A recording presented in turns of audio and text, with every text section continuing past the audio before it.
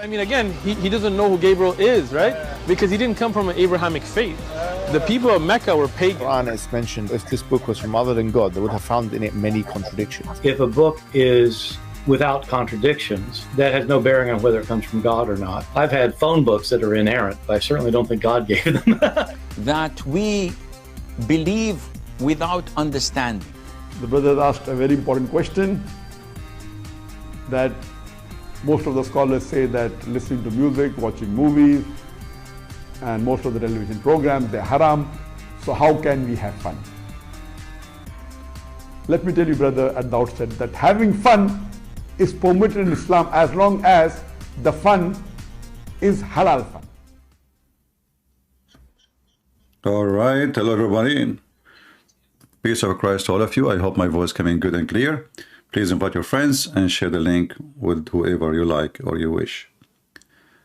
Today we are going to have halal fun, and the best part of the halal fun is to enjoy the ethic of a Prophet Muhammad. You know, all of us, we knew that the Prophet is somebody is very ethical. I mean, this is the point, right? Why he is sent, so he can teach us ethic. Why he is chosen? Because he is the best in ethic. I have my Skype open. If there is a single Muslim, just a single Muslim, which I doubt will exist, he can show us how Muhammad is an ethical man. I will be happy to have his call. This is my Skype. This is how you can find me.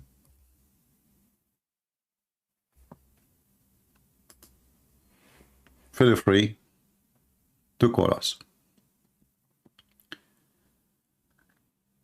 You know, when the Muslims speak so highly of Muhammad, but their books still speak so low of Muhammad.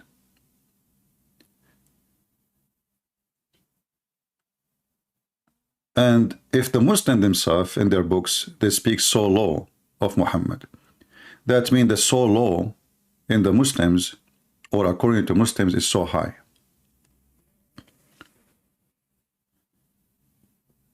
According to my understanding, the worst of us is better than Muhammad. But Muhammad is the best of them. That is very interesting. People are asking, do you have a sore throat? Please focus in what I'm saying, not in my voice. No, my voice, I don't have a sore throat. Maybe you have a sore ears. Be mature, speak like an adult, and be with us as an adult. My voice is not of your business. Do we have any Muhammadan? He dared to call to join us live on air. I mean, Yasser Qadi, he is busy trying to duct tape the hole in the narrative. The other Muslims are busy trying to make fake attack. Other Muslims are trying to speak about how Muhammad can solve all problems in the world. But we know the Quran is a clear witness that Muhammad could not even save himself from a bunch of women. When I say a bunch of women, I'm not putting women down, but I mean the guy who claimed to be a leader for the world, sent by Allah, then when he have a fight with two women, they are not even 5 foot tall. Allah have to involve in order to control them. For Muhammad, he could not. And the funny is that this man who brought a lot of good ethic, one of the ethic he taught us that we can beat women, which is very ethical. But yet inside his house, he was like a rat. And the proof in front of us.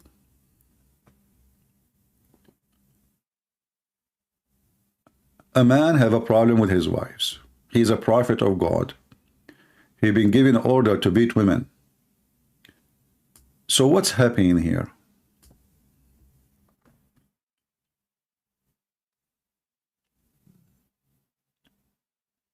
Any Muslim?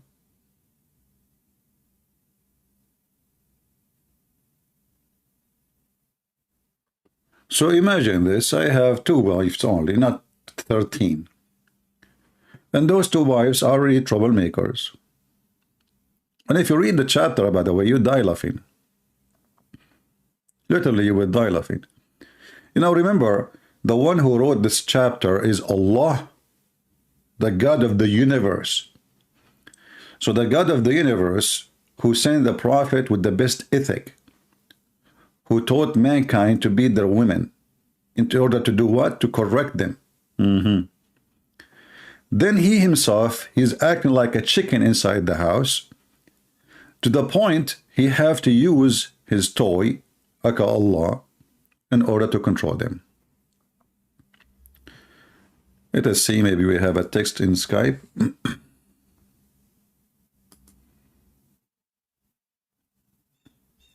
You can call me only if you are a Muslim, so text me first, don't call me.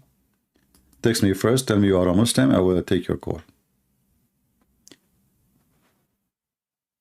If you do a repentance to him, your heart are indeed inclined.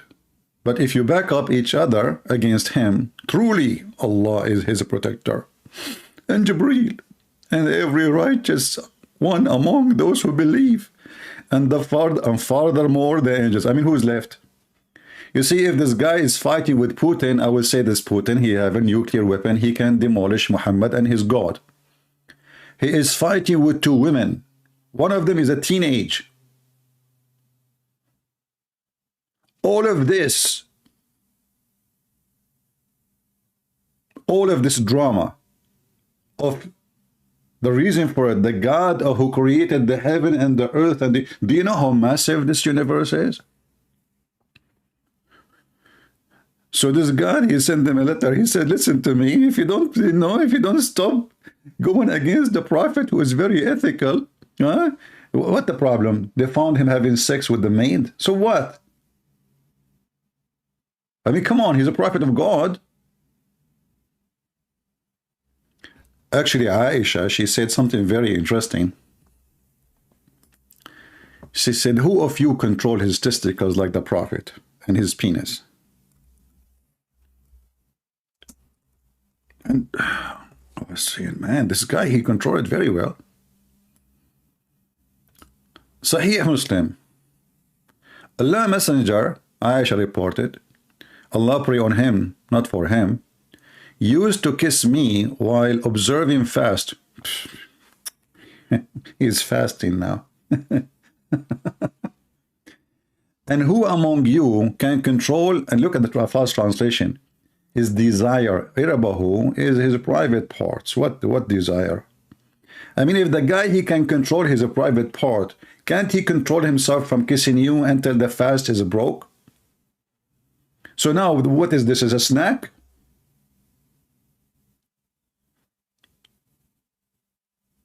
Was the maid he was sleeping with, the maid who is a slave, by the way.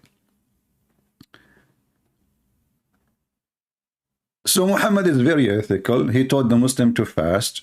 And now during the fasting, we need some snack, you know.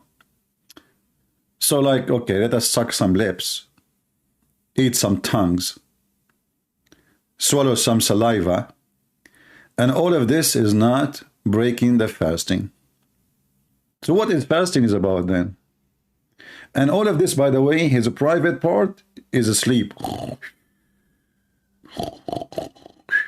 You know, they are kissing, but there's nothing happening. You know, he's controlling, brother. He control.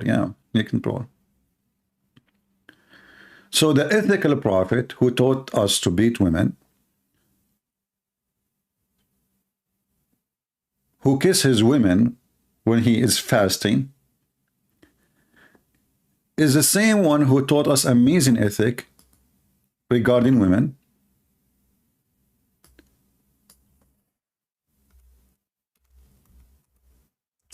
That women, they are evil and they are Satan.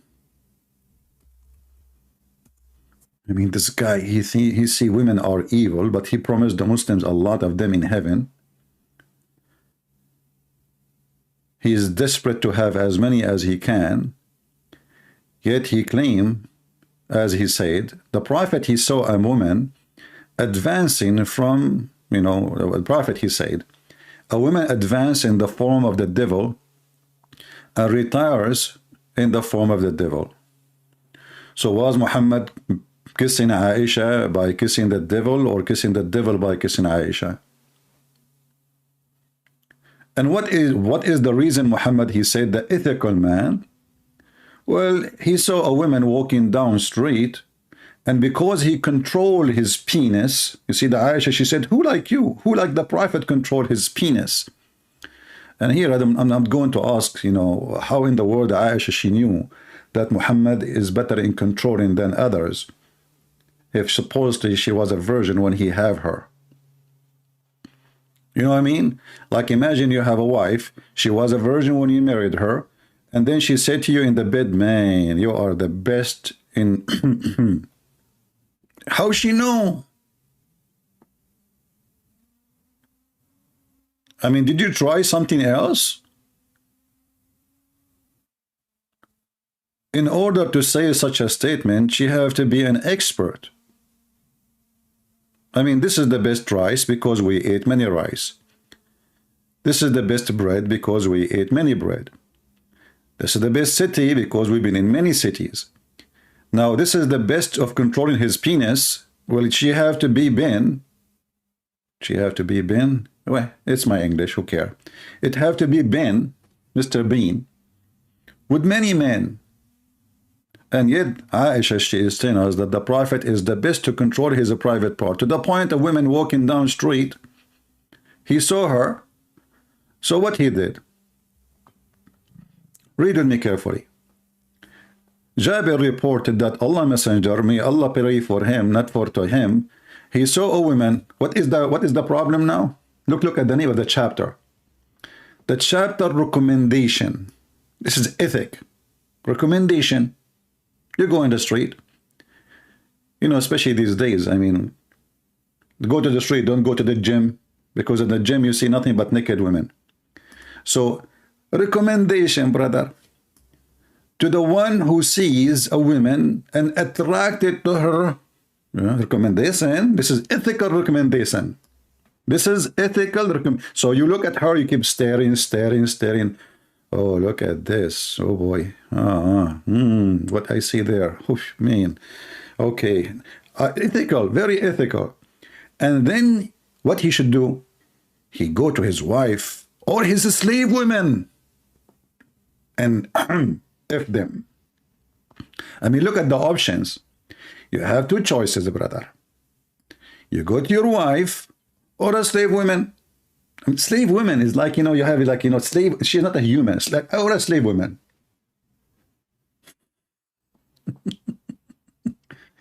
So the ethical prophet, he was sitting in the front of his house, and then he saw a woman, and so he came to his wife. So I'm not going to describe in details what happened to Muhammad, the private part, which is usually never stand up even if you play the anthem for it.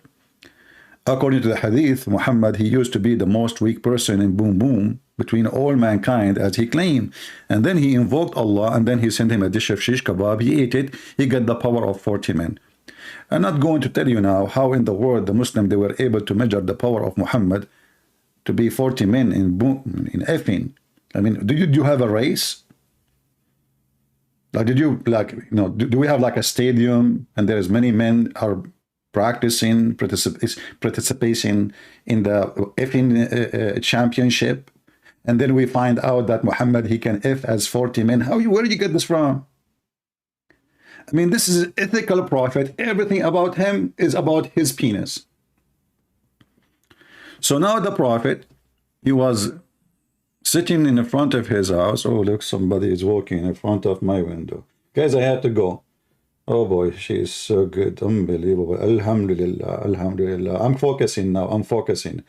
Oof, man, she is so good. Not like my wife. Man, look at this. Oh boy. okay guys, I'm going to go and find a slave girl because I don't have a wife. And then the Prophet, he went to his wife actually, and she was doing leather. You know, leather is a messy job. You will be sweaty, you will be dirty, her hand will be dirty, her clothes will be dirty. She's boiling water, she is putting the leather, and the smell is so bad. So Muhammad, he went to his wife Zainab, and hold on, did we say Zainab? Yes. Zainab, in case you do not know, is the wife of his son, who he took her from his son. I mean, you see the ethic? So now Muhammad, he got Zainab at home. Like, is he now behaving? The ethical prophet. He took Zainab from her husband. If you remember, what happened with Zainab? Do you see why no Muslims is trying to text us or call us? They don't dare. They know that their prophet have a zero ethic.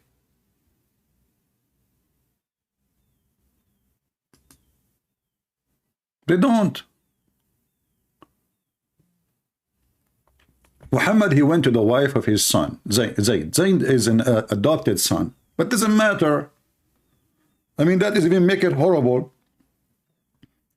What if he's even just a friend? I mean, imagine you go to your friend's house and then what do you do? Well, you flirt with the wife. And you say to her, praise be to Allah, the one who made my heart flip for you. In the house of a married woman, when the husband is not there and the husband is his son who he announced him. He says from now on, everybody should know that Zayd is my son and I am the father of Zayd. What he do? He go to the house of his own son.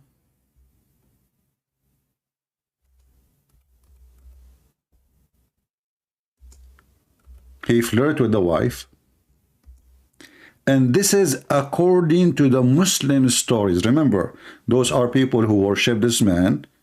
They will never let a story to go through unless they examine it to be true and not hurting the reputation of the. So according to their ethic, the Muslim ethic, this is fine. You see, the second you say, Muhammad, he did, it's okay, anything. Anything.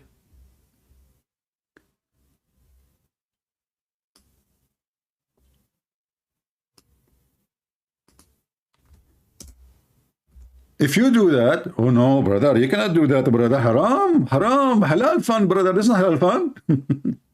But the Prophet, he can do that.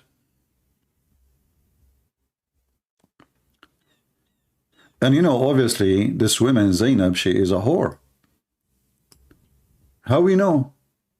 When the husband, he came, you see, a woman, she have a decency. She will be so angry, so upset. She will say to her husband, your disgusting father, he just left. He was here flirting with me. He was here what? Flirting with me.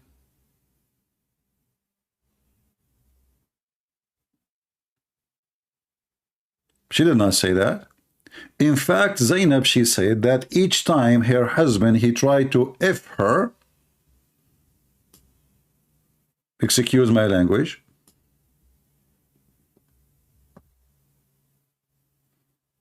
Allah, he made his penis swell.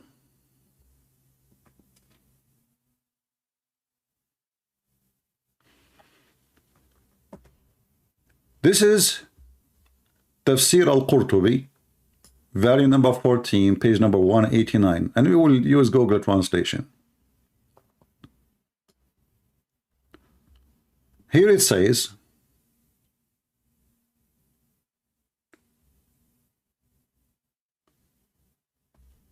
let us use Google translation right away. And they say to you, those Christian, the kuffar, brother, they say the Prophet Muhammad don't have miracle. Here we go. Muhammad, he liked this woman, she is married. Each time Zayd, it was narrated in the report that in the evening Zayd, he went to his bed. See, in the morning, Muhammad, he flirted with the women. In the evening, Zayd, he wanted to do boom boom to his wife. Zainab, she said, but Zayd could not do boom boom to me. And I did not refrain from it, except Allah, he prevented him from me. Look at the miracle. Zayd, when I do it, he hold it. It's not working. You know, he try. Hey, Zayd, what's happening, man? I don't know. Truly, I don't know, brother. I'm still young, but it's not working. Did you eat something not right? No. I just, you know, normal stuff. Like, you know, balut, kimchi, hummus, you know. Yeah, I mean, normal stuff, brother. So, Zainab, she is proud. This is a sign from God. Look, God is involved. The man, he want to do boom, boom. He's trying. He's so like, what the heck? What happened to it? Where it goes? He's even looking for it. He cannot find it. Like he unzips. It disappears. So Zainab, she is telling you a miracle at that night after the Prophet, who is very ethical, who flirt with married women, to his son in her house. Zainab, obviously, she said to herself, why I want to marry this is an idiot when I can have the father who is going to be the king? He is the king already. Which one is better for me? So the poor guy was prevented by Allah from doing boom boom to his wife. Let us be honest here. How many of you, Allah prevented you from doing boom boom to your wife? And they say to us, Allah does not exist. Brother, sisters, hold on.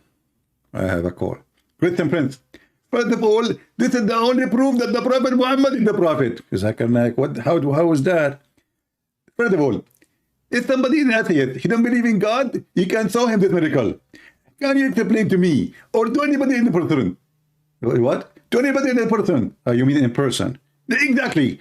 Can you explain to me how this miracle happened? I don't know. It's hard for me to explain. Can you explain it? Very simple. Prophet of Allah, he said, I like this woman. Allah, he always runs to the desire of Prophet Muhammad. So the man, he wanted to do boom boom to his wife, which is very normal thing to do. Especially at that time, not like today. We cannot do anything these days. Zakir Naik, speak of yourself.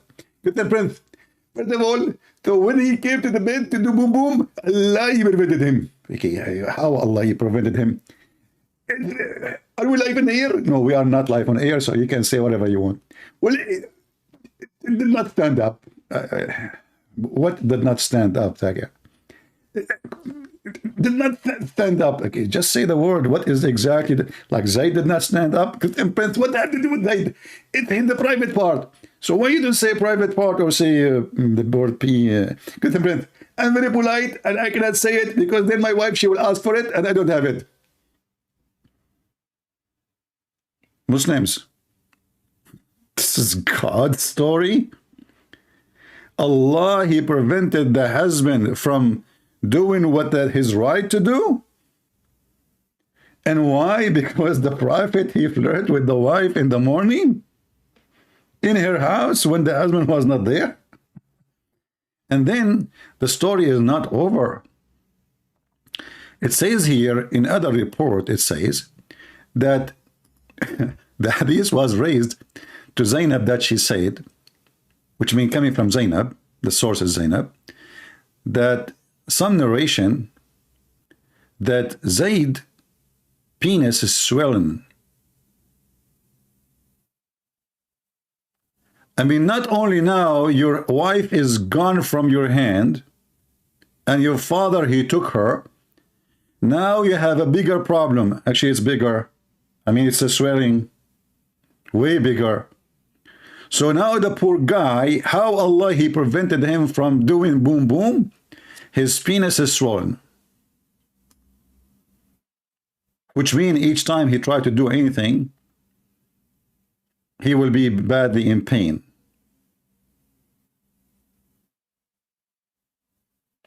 This is the ethical prophet.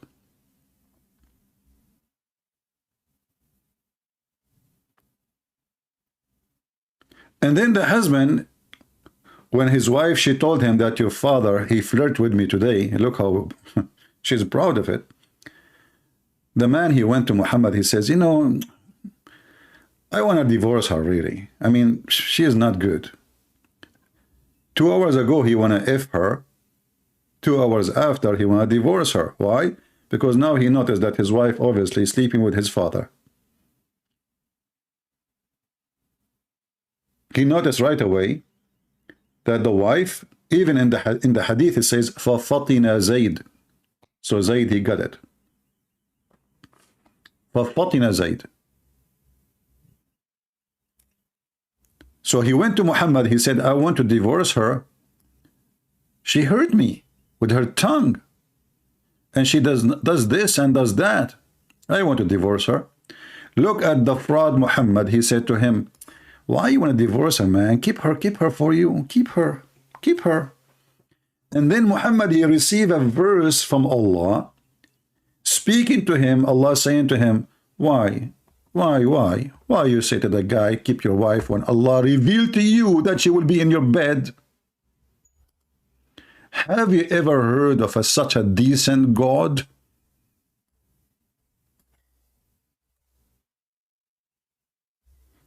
And the funny is, now because of Zainab, Zayd's name is mentioned in the holy book of Allah. I mean, look at the honor. You see, I understand the Quran speak about the Pharaoh. I mean, this is a great king. Musa's great prophet.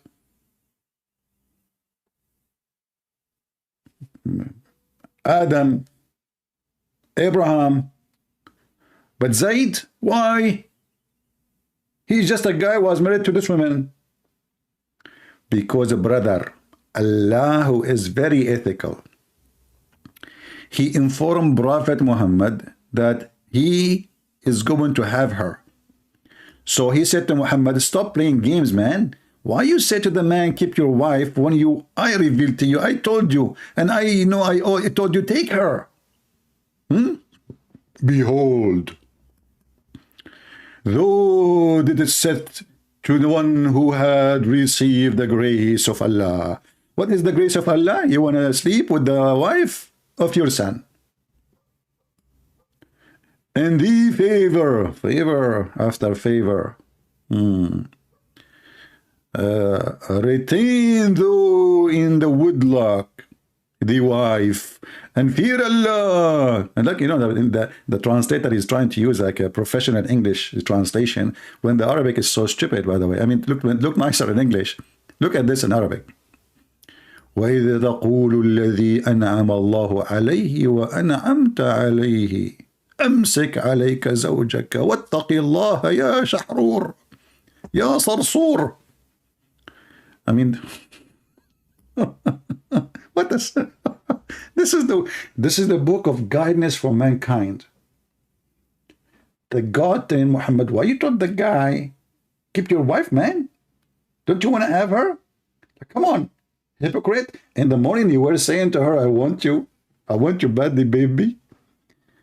The husband come to you, you claim that you heard nothing, you know nothing. And you will notice here that the son did not mention to his father, my wife, she told me that you did a flirt with her. Anyone knows why he did not say that?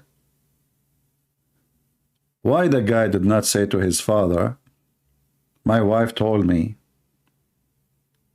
you are flirting with her? Because he knew. He's not stupid. They are having an affair together. His wife, she told him that, so he will leave her. That's it. I mean, it's a moment to tell you about things we do for a long time.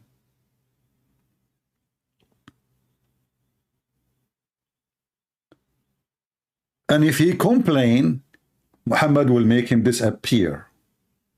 And he will take her anyway. So he said to himself, let me have a safe exit of such a filthy prophet who have a very high ethic. And he is the best of mankind. And you know, these days look like the best of mankind is the one who go to your house, flirt with your wife, and he give you a hug in the morning. And this is why we have a zero Muslim trying to contact us, to call us. Because they knew that this is not a good topic to speak of their highly ethical prophet. Not to forget to mention the women he kidnapped, the people he raped, the people who torture to ask them where they hide their money, deception and deceive and lying and stealing. I mean, the guy is all over the place.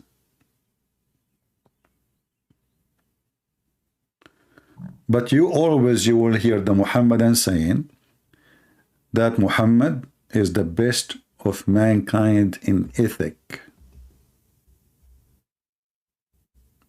Very ethical. Even Muhammad, he made a verse in the same chapter. Any woman, she can give herself to the prophet so he can F her. What does this have to do with God? You see, there is a program, I saw a video once in the Deen Show. And the Deen Show, they said, they have an interview with the Abdul. So they said, how we can prove to the audience that the prophet of Allah is a prophet of God? The Abdul, he said, that's very easy. What prophet Muhammad he got from all of this? Torture, leaving his homeland. He did not seek any kingdom. They offer him to be a king, he refused. Why? What king? A prophet is better than a king because now he ruled in the name of God. He knew what he's doing. What king? He's a king anyway. Who can disobey? He made it clear that the one who disobey Muhammad, he disobey God.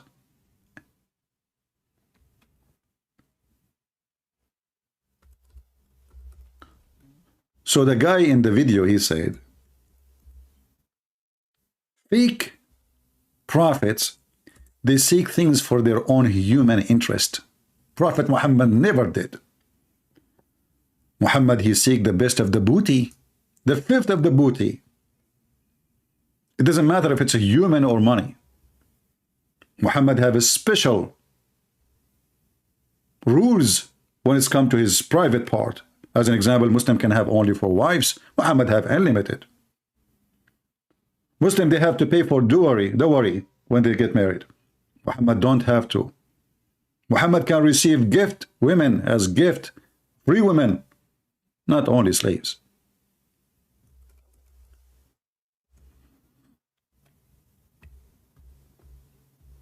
Muhammad is a very, very decent man. And he was a women supporter. He support women. Let's make it clear, you know. Isn't it him who promised Muslims a lot of sex toys in heaven? He made women sex toys only. I mean, at least, and not only that, he made it clear that those women, they will not even get jealous. He take from them their feeling as a human. They became like a silicon now. This is how ethical, this ethical prophet.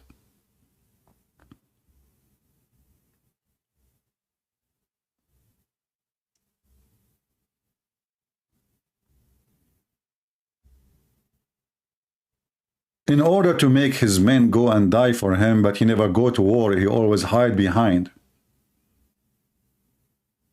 He promised them a lot of women. For he have a mentality of a pervert. See, when God, he created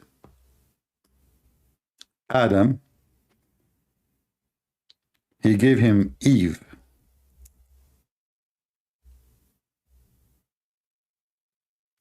One man, one woman. Why a man he need all those women? What is the purpose?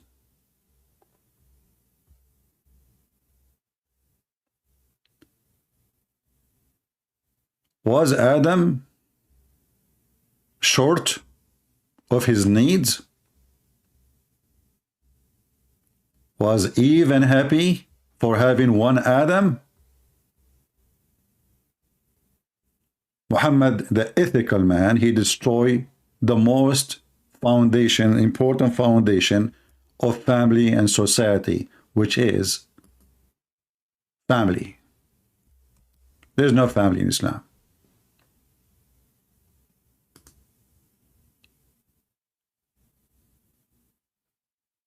Sex is a contract called nikah. There is no marriage. There's no love.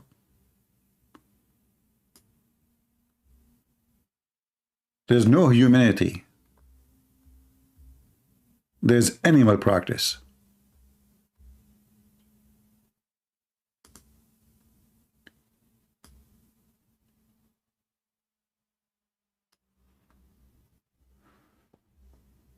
I'm looking at Skype. Until now we have 0 Muslim, and I understand very well why the Muhammadan, they will not dare to call. They knew what kind of a prophet they have.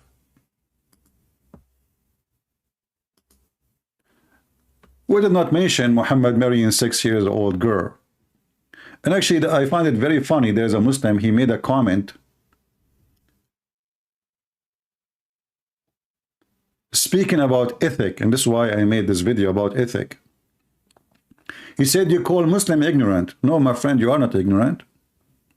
Because you are very well educated. You believe that there is a God. As we speak, he is softening the skin of women for 1,000 years each to make them smooth. Look like your God. Allah never heard of something called Vaseline. I mean, what kind of God he need 1,000 years to smooth the skin of a female? Why? She's an alligator? Can't he make her right away with soft skin? I mean, how in the world those people dare to make their brain bent down to believe in such a garbage?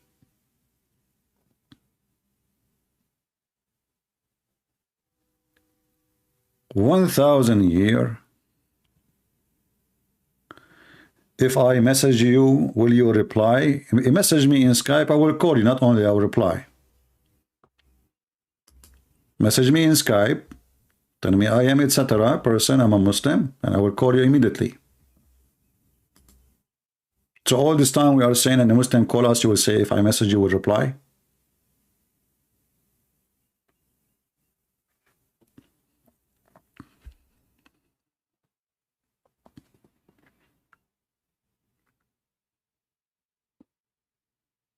You have called me. What's your name? Yeah, there's a person, he called me. His name is Anouk. Are you Anouk? Are you Anouk, my friend? Well, I don't know. I thought this is not a Muslim. Let me call you then.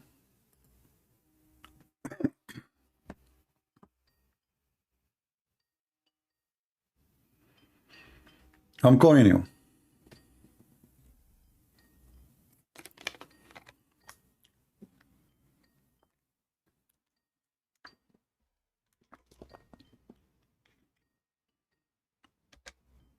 Answer.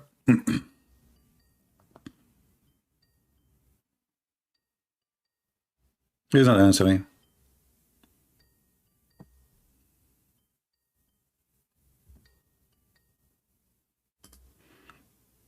You're not answering. It says Anouk is unavailable.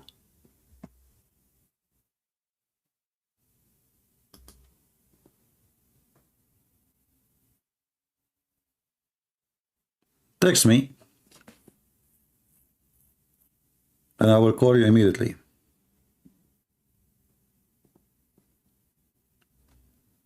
All right, and be careful, only Muslims, please.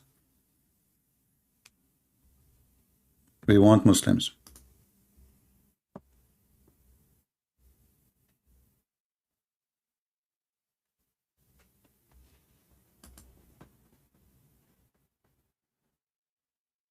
Is it trolling? No problem, we can troll with him.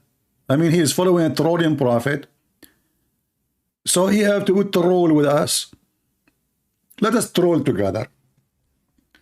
Let us go back on time, and I am Prophet Muhammad. Prophet Muhammad, why you doing no miracle? You are prophet of God. Every prophet have miracle.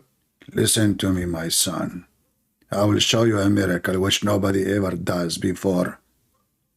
Yes, prophet, tell us, show us what miracle you are going to do.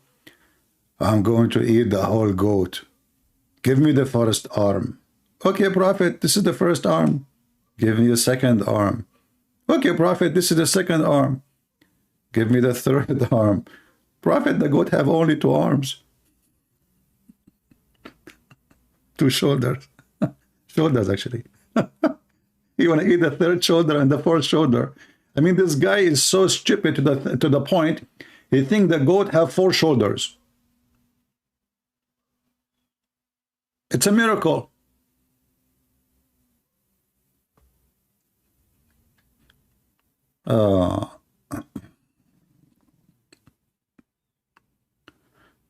Sometime he want to be a Buddhist, a Jewish. I think he is now is a Hindu. No problem.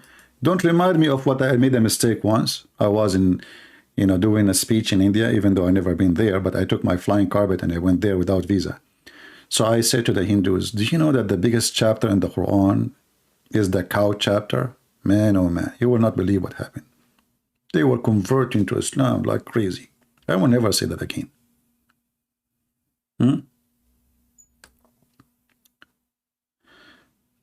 Free J, he says, if God made Adam and Eve, why did he create gay love?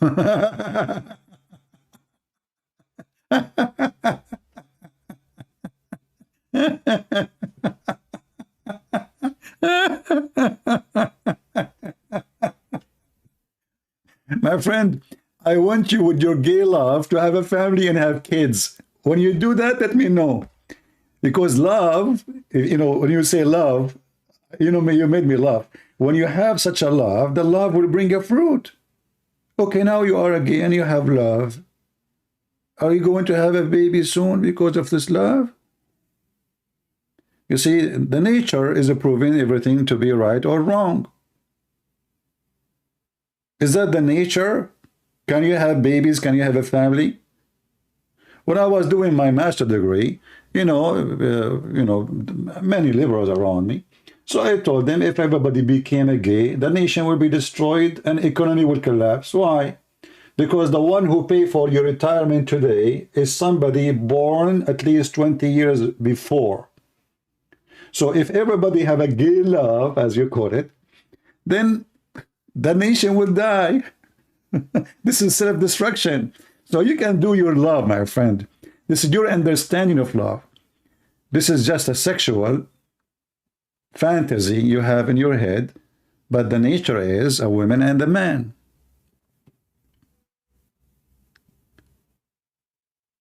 I never heard of adoption, so you want me to do your job.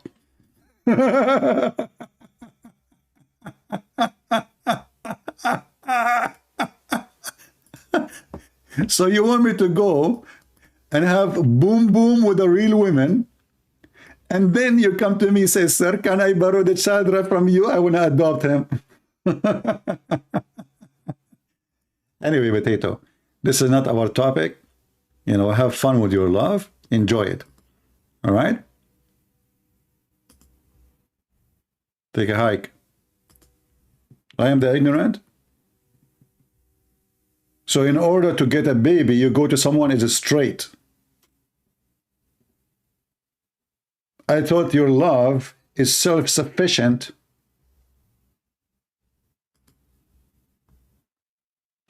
Anyway, not our topic. Do we have any Muhammadan?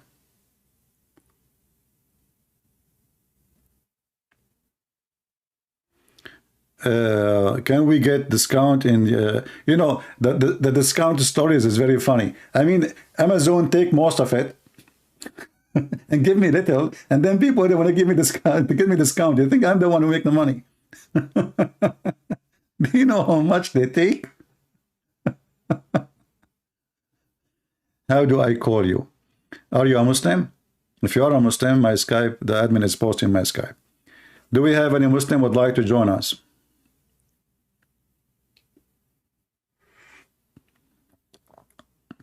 Anyone?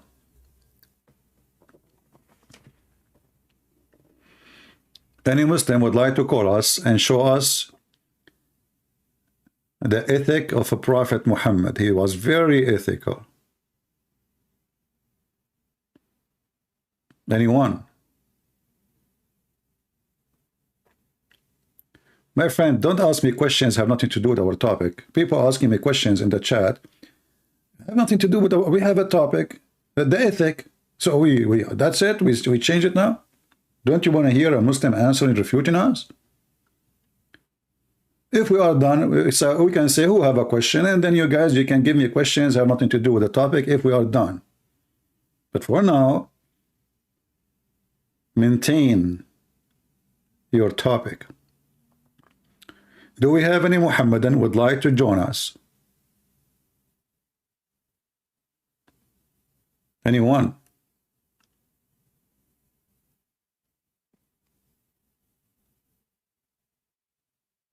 You can group. You can call any of those famous ones in YouTube, you know, ambush me. Do you know, like Mimi Hijab, he ambush apostate prophet? Why they don't ambush me? Call me, surprise me. Why you don't create a platform saying your books? My friend, just please, for God's sake, ask questions about our topic. Focus with me. Forget about my books now.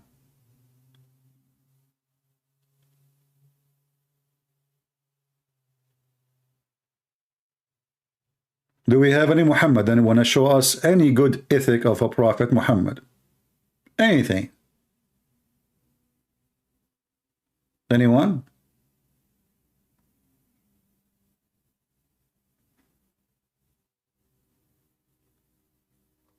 After I finish and we hang up and we go, and then you will see the Muslim comment coming like rain.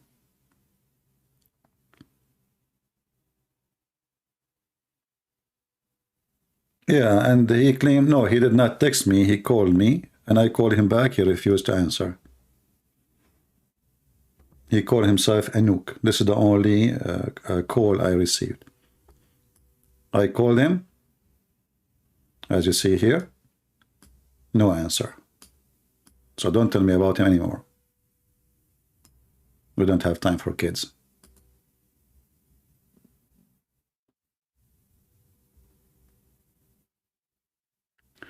What do you think about Muhammad being the most influential? Well, you know, being influential doesn't mean you are good. As an example, Osama bin Laden, in a certain time, he was #1 topic in the whole world. You open any TV stations, everybody's speaking about him. His influence is, we have security 3 times more before Osama bin Laden.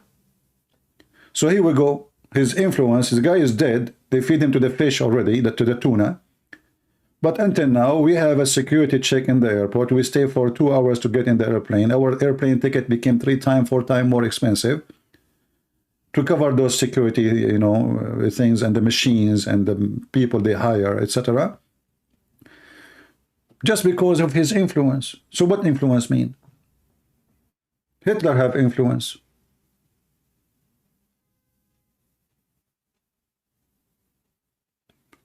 most influent or influenced person is a joke.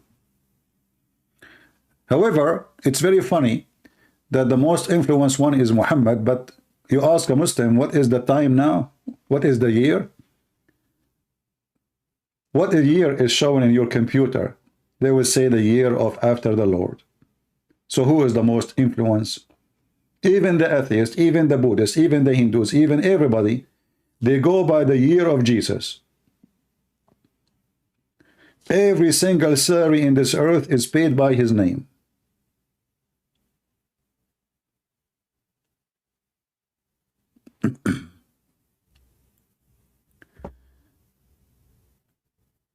If there is any verse in the Quran says he's holy, no, the word holy in Quran actually mentioned only a few times. The word holy as holy, like there is a word in Arabic which is a clear use for holiness, which is Quds or Muqaddas.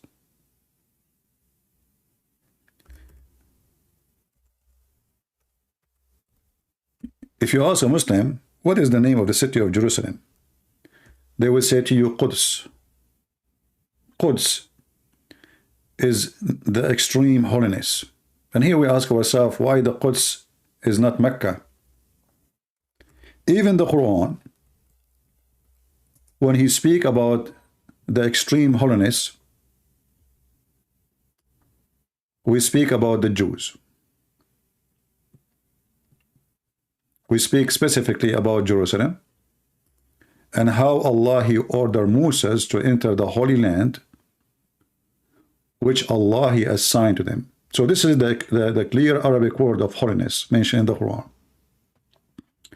There's other words of holy,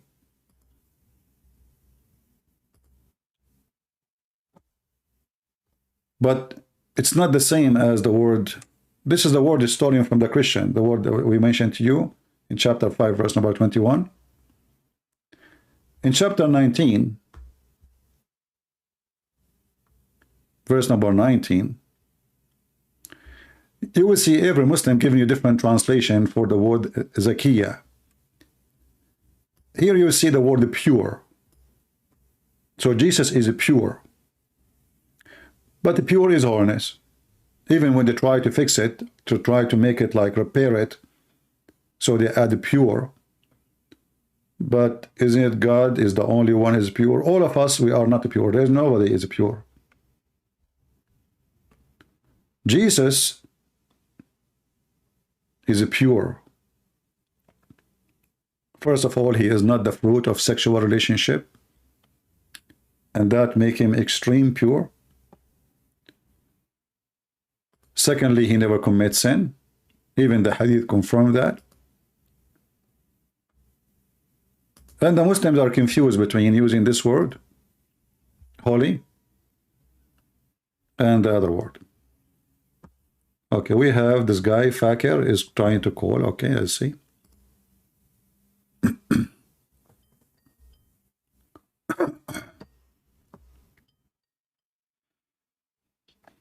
Hello?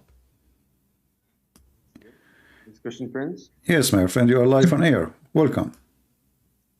Okay, so how are you doing? I'm very fine. So what do you think about our topic, your prophet ethic?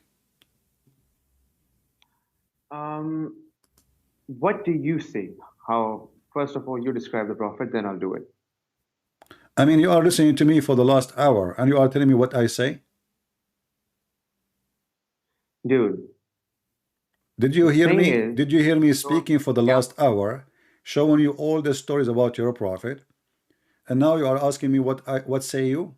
So what I was talking about all this time, and what so you were talking about the Zad problem, right? All problems doesn't matter. What okay? What do you think of somebody he come to your house and he flirt with your wife when you are not there? Let us say he's your friend, not your father. What do you think of him? Brother. Wait a second.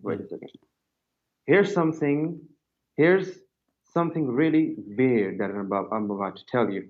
The book you are reading with the book you are reading that most Muslims accept is fabricated. It's what? All of these, it's fabricated. You know, Oh, all okay. of Well, these it's stories. okay. Okay, hold on. So why the Muslim they will Yep. fabricate such a story about their prophet? Tell me. Go ahead. I'm listening. They will. They will. You think that all of the people are angels? You think? Okay, tell Are me. you an For angel? example, let's Are say, you an angel? no, I'm not an angel. I'm a sinner. Okay. I'm not a good Muslim. I So accept all that. people are angels. They are not then. Okay. No, So I'm now saying why you are I am. asking why Yeah, you are asking a question about something written in your book for 1400 years and none of the Muslims say this is not true? dude. I am not saying that the Zad problem did not happen. It happened, but there are fabrications, and like you are reading from the Sahih al-Bukhari, right? No, I'm reading Are you? from the Quran. No. I'm not from that. The narration you did. The Okay. narration you were Does the talking Quran about what happened. does the Quran say why you are Mhm. telling the guy keep your wife when Allah he told you to have her? Is that Quran or this is not Quran? This is Are fabrication? you aware of the Zad problem? Are you aware of what happened in the Zad problem? Just tell me. Do you know? Are you Did aware of what? Okay. Answer a few questions. Did the Prophet adopt Zayd? And Did he adopt? Then just answer yes or no. Did the Prophet, peace be this is upon what you him, Muslims adopt Zayd? this is what the same book you deny to be true saying. No, yeah. Dude, Dude, okay, where you got I this am story asking. from? Where you got this story from that Zayd was adopted by the Prophet? From the same book we are reading from. Yes, no. The Quran. What The do you mean Quran no? What do tells. you mean no? Okay, show me. Okay, where you got the story of Zayd being adopted? It's the Quran. The In Quran. the If you Quran read it all the says, ayat. okay, in the Quran, okay, show me the verse in the Quran says that Zayd was adopted. Zayd was adopted. Wait a second, I'm going to have to research on that. But Okay. the thing is, does the Quran say that Zayd was adopted? Have you read the ayat? I never saw the name of Zayd in the Quran appear once. Does it appear twice? It did appear once. Wait a second. Okay, so how you are saying Zayd is in the Quran twice? Because this is Zayd, the story here about Zayd. So when Zayd he finished doing boom boom to her, take her, you know. Okay, hey, wait a second, Christian Prince. Do you really think that anyone would tell others about what they did to their wife last night? What do you think that, for example, would you describe as, for example, if someone had an intercourse with somebody else, and do you think that they would go ahead to tell the other person that they had an intercourse? Do you think that that'll happen? Well, Will you do that? yeah, obviously they did because your prophet have zero ethic. No, wait. I am asking you Okay. a question. I don't want you to question me. Let's say, I don't know if you're married or not, sir, but let's say, for the moment, okay, let's calm down. For the moment, let's say you had an intercourse last night. Will you go around telling How do you know? everybody else that How do what you know, I... by the way? I am supposing a situation. Oh, I'm okay. not Because saying that I thought you have a camera and you're watching me. Okay, go ahead. No, I'm not watching astaghfirullah. No. Oh, okay. The thing, I'm just asking. I'm asking you a question. Will you tell anybody about that? Well, if I wanna humiliate you, I will. If I disrespect you and I wanna torture you, yeah. Okay, you tell me. Listen. Why you are saying this is not right? So this is not ethical. We agree, but this is the whole point. We are speaking about Muhammad and the followers of Muhammad not being ethical. Why the wife she tell the husband, and she liken it that your father was here and he flirted with me. Why she did not say to him, shame on your father, I'm your wife? Fabrication. Huh? Fabrication. Dude, Okay. I've told you. Why the Muslims who they believe in Muhammad as the best of mankind? Don't you believe in that? So why the Muslims they publish this and they print this and teach this in all universities of Islamic universities if this is fabricated? It's fake. Yeah, all of them are going on the wrong way. You know. So you are the only person. You are the only person who you know the truth, but you were not there. Dude, I don't think that you are well aware of the Muslims you're trying to argue with. The genre, you know, if I had followed the Sunni book, the book you're reading from, by listening to your speeches, I would have converted to Christian a long time ago. But Are you Shia or Sunni? think that's I'm Shia. You are Shia. Okay, what about the Shia? What the Shia had to say about this? I can show you right now a video of Shia saying that Aisha, she was a whore. Aisha, she was a whore. Yeah. No, that's going to be fake. And she was sleeping around. That's just in the Shia. I have told you already. Not all Shia sources are cited. So not now, all- okay, so we go from the Sunni are bad. Now we go to the Shia, you are a Shia. Oh, not all Shia are good. So so are you against the Quran? The Quran says that Aisha and, okay, hold on. Do you know a little bit of Arabic? Can you translate, please? I don't know Arabic.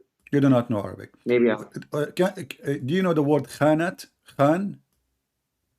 No, can you tell me the meaning? Mean betray. Betray. Okay. Okay. So what is the ayah say? In chapter, as an example, chapter 8, verse number 27, use the word takhunu. Khanu. Chapter 8, verse number 71. Yep. So in chapter 66, verse number 10, it says that the wives of the prophets, and he named them specifically as Noah and Lut, both they betray their husband. Do you agree with that? Yes. You agree? If the Quran says then yes. If the Quran says then yes. Okay. They must. But isn't it the Quran says bad women marry bad men as a destiny, and good men marry good women as destiny from Allah? Yes, they do. Okay, that's mean the prophet of Allah are bad men, because if bad women, they will marry only bad men. Read the ayah. Read the ayah again. It says. I'm reading it. Here we go. Women, chapter 24, verse number 26 says, bad women is for bad men, good women for good men. Yep. Okay, so it's not going to happen that Allah, he made a decision, he will marry bad women to bad men. He will marry good men to good women, and good women to good men. Now you're a prophet. No, he did not say that. He did not say that he himself will marry. No, this is a destiny, my friend. This is a destiny. You are a Shia. We can open the Shia interpretation and you will see it yourself. Don't play games with me. Already you said you are a Shia. Okay. We can open the Shia explanation and you will see it says it clearly that Allah designate and made a destiny that bad women, they will marry bad men. What Shia, do you know any translation made by Shia? So I can put it on the screen.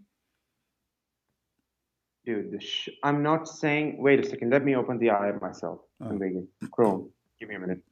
All right.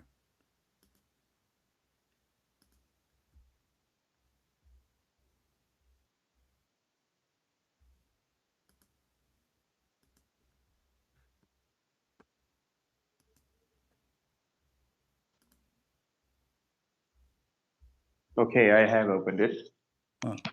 What translation you like me to put for you on the screen? What translation you like? No, I would like for you to answer a few questions. Does Allah mention that He Himself will marry good men, good women, and good men? Yes, it's in front of you. Yeah, I am reading the ayah. Evil words? No, it's wrong. Okay, women impure are for men impure, and men impure are for women impure. Okay, so what does that mean? And women of purity are. It means what does that that mean? Impure women will always be attracted and be with impure men. And pure women and pure men will always be together. Where does it say that Allah Himself will come? Can we open the Shia interpretation for this? Go ahead. Okay. What Shia interpretation would you like me to put for you on the screen? Okay, wait a second. Let me come to the stream.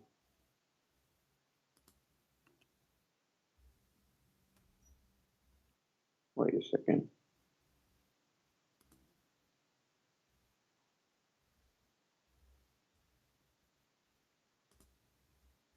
Hello, are you here? No, I am here. You are there. Yeah, I think the going to the stream kind of eliminates the factor, but Yeah. okay. So do you like مجمع البيان في تفسير القرآن? This is Shia. Okay, can you read it out for me? I can't access the stream right now. Okay. I will post the link.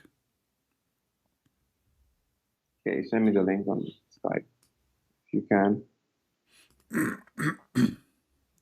So we go 24, 26 in front of you. I'm putting it. Here we go. And this is your Shia tafsir.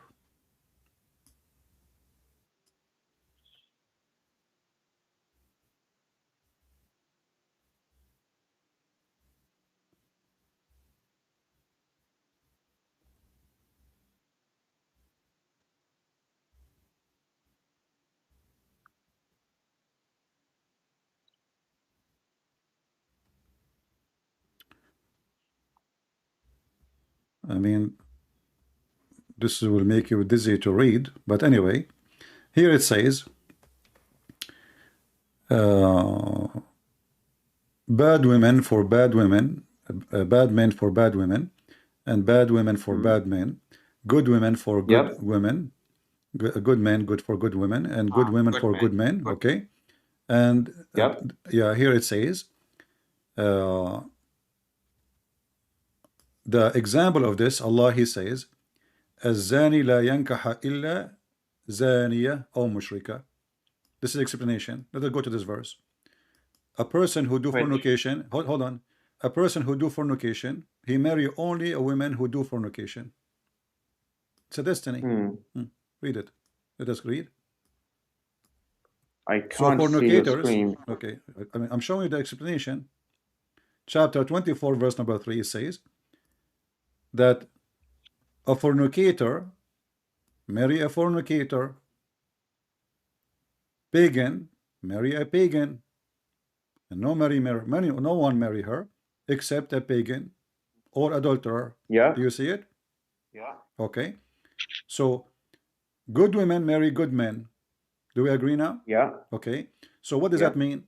If a man he marry good women, she is going to stay a good woman forever. If you marry a fornicator, you must be a fornicator. For Allah, He made a destiny that fornicators marry for fornicators, pagan marry from pagan, good ones is the Muslim women marry from good Muslim men, correct? Yeah. Okay. So, but you're a prophet and you are a Shia, you accuse Aisha to be a whore. And we mentioned the verse. What? Wait. Aisha.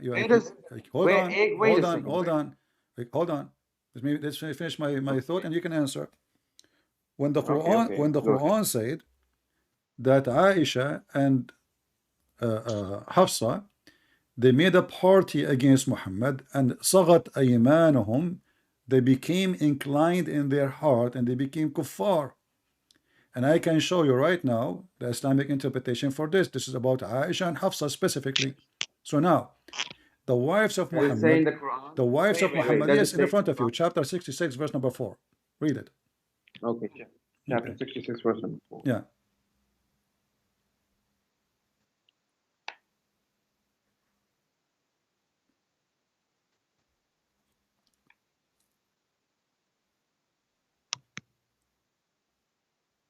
Okay, so what are you saying? I got the verse. Okay, so those two women, what they are doing, are they being good or bad?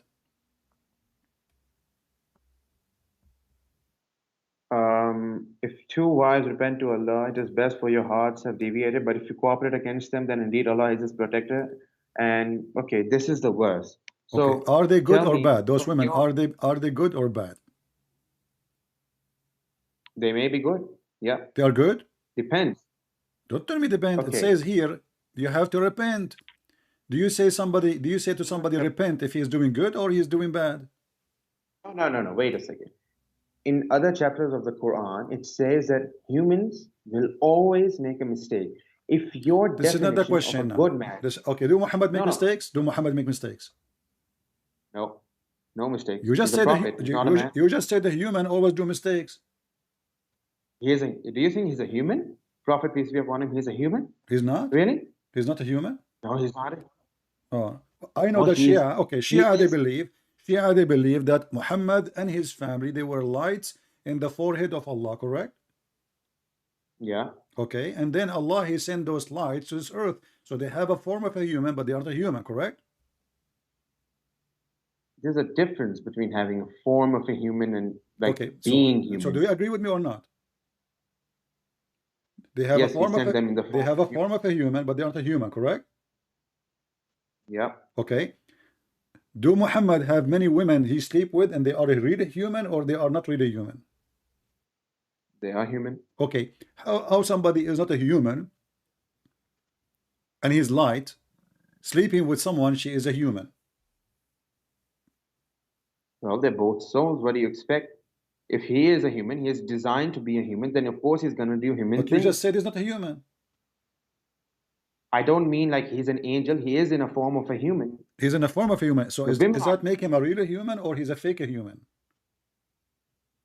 All of us. We are all spiritual beings stuck in a physical body. Okay. If you want so to put he's it a, like he's that. a light Yeah. from he's a light from Allah. Like if we go to the Quran where it says that Muhammad, he was Siraj and Mudiyan. The Shia, they say the Siraj is Muhammad and his family, and they name Fatima too. Correct? Can you repeat that? The Quran says that Muhammad, they explain chapter 33 verse number 46, Shia explanation, that this is about Muhammad. He is a light for the world. He is a Siraj. He is a light. He is not Yeah. made of a he's not Yeah. a human. He is a light. Okay. Now Muhammad, he Yeah. was in the forehead of Allah. Do we agree? And you agreed already about that, right? Muhammad was in the forehead of Allah. No, why would I agree to that? Where You are a does Shia. The in Shia the believe in forehead that. of Allah? The Sh- Wait. Forehead of Allah? What is that even supposed to mean? He was the forehead of Allah? Where does Aren't it say you a that? Shia? Anyway, Aren't you a Shia? well, some parts of Christianity reject the Trinity. Okay. Aren't you a Christian? Why Are you don't from reject the are you Trinity? from the 12 sect? From the 12? Yeah. What is your sect? The what? in The Shia. What is your sect as a Shia? Ithnai I'm a Ashariya. Shia. Yeah, well, there's I many am the sects in the Shia. Shia. I follow the Ahlul Bayt, and that's it. If you want to Exactly. label me So, a but you Shia, agree with me. You just said that Ali and Allah and Muhammad and Fatima, etc., Hassan al-Hussein, they used to be, they are light, correct? what do you mean by light? Elaborate. No, light. you do not What know you what mean by light. You said to me that they are in a form of a human, but they are not a human. They are light. You agreed They're already. souls, yes. Huh? What do you mean light? What kind? Dude, Did you the just light say here- just 3 minutes ago? It's recorded. I asked you, are they made of light? They are not a human like us. You said yes. And now you're asking me, what do you mean light? Bro, I only heard, okay, let's calm down for a second. The Prophet, peace be upon him, and the 5 pure were made from the first day. They have been here since the creation of Gabriel. They have been here since the first day. What, they Allah are has made from sent them what? on They a- are made from what? Light. Are they light? I don't know. Allah knows best. Allah hasn't So why you told said us to me what a few minutes ago, you said to me, yes, they are light. I made a mistake. I can accept But that. this I is what made a all the mistake. Shia believe. So what kind of Shia you are? All Shia believe that Muhammad and his family, they are made of light. Dude, just You can you open right elaborate now. light? Okay, what interpretation you like to read about this verse? Any Shia interpretation will say to you, it's in front of you, chapter 33, verse 46. They will say that Muhammad and his family are made of light. Okay, it's a Quran. Just can you elaborate light? Because since you have the screen, is there anything written about light? They are made of nur. Yeah, it if says that's what- he what is. that- It says he is a lamp. Okay, He is a lamp. get it. I so, get it. so the Shia, they say the word lamp describing Muhammad, for he is light. okay. Let's accept what you're saying. Now go forward. What are you? No, trying don't to accept do what I'm with this? saying. This is what you're saying. This is your Shia. Okay, just tell me. Okay, what? So now the ethical Muhammad, who is made of light, he have Yeah. fights with his wives. Is that because he's a good or he's bad? A fight where? Well, Muhammad, he had sex with a slave. The wife, she came to the house. She found him having sex with the slave. She said to him, in my bed, in my room, in my day, Muhammad, Was he being a good person or he is a bad person? When Muhammad he ordered men to beat their wife, was he a person with good ethic or bad ethic? When Muhammad he When had he, sex with a child, her name is Aisha, is he an ethical light or a bad light? if you really accept me as Shia, you will realize soon enough that Aisha was not a child when she was married to Prophet peace be upon him. Well, give me the age of No, Aisha according to the Shia then. 15 or 16. 16? Yeah. But the Shia agree that He when was Muhammad he died, Aisha was 18 and she lived with Muhammad 9 years. According to the sources I've read, she was This is your 16 years Shia. old, well over. What kind of Shia you are? You do not know your books? I do know my own books. I do know my own beliefs. Okay, He so was well over. can you give me a solid reference from the Shia, as long you are a Shia, telling me that Aisha she was 16 when she married Muhammad? Hey, wait a second. I'll give you a reference for it. Just give me 2 minutes. All right.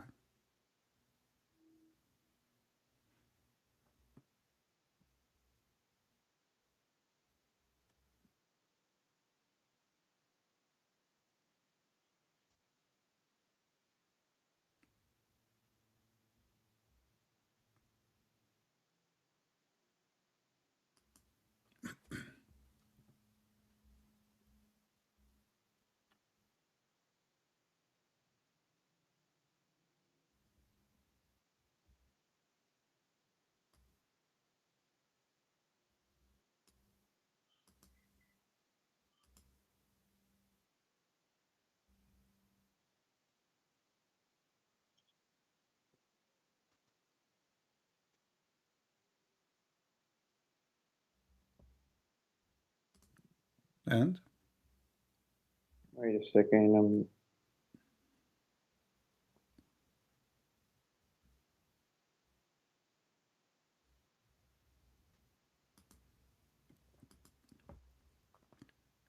I can make it easier for you. What is the age of Fatima when she got married? Was she 9 years old? Age of Fatima. Yeah. You tell me. What is it according She was to 9 Shia years culture? old. She was 9 years old.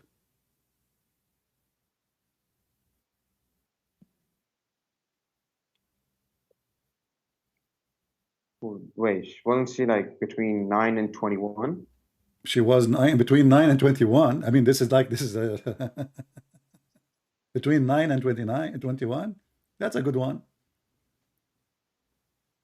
I'm literally telling you. When your What is- prophet died, what was the age of Fatima when Muhammad died? Wait a second, let me see.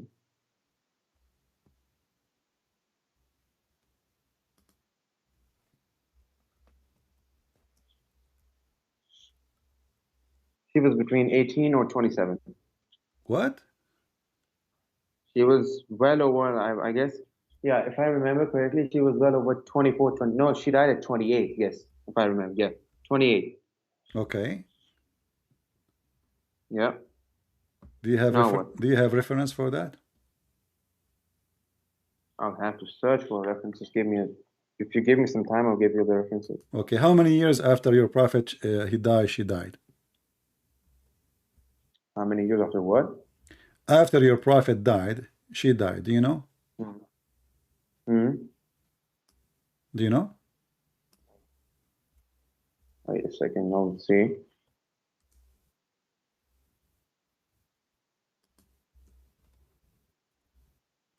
Oh, I don't know. Can you tell me? You know, I'm trying to help you so we can get the answer to see if she married as a child or not. No, she didn't. Okay. Do you have reference to prove it?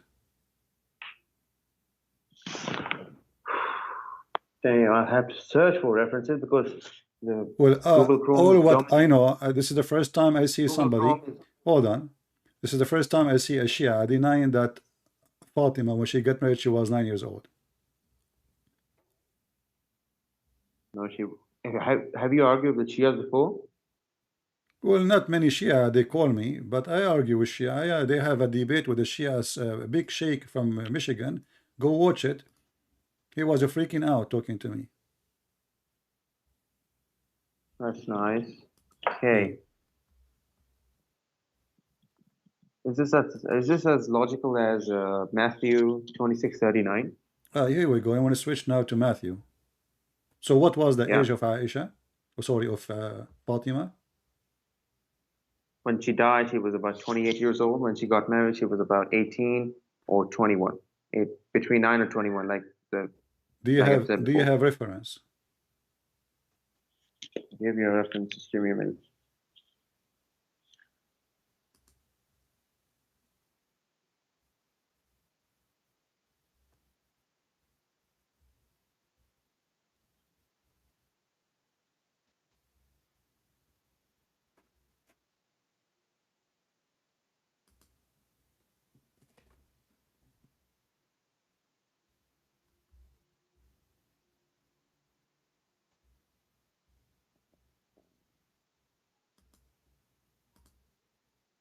Are you against marrying children until you find reference?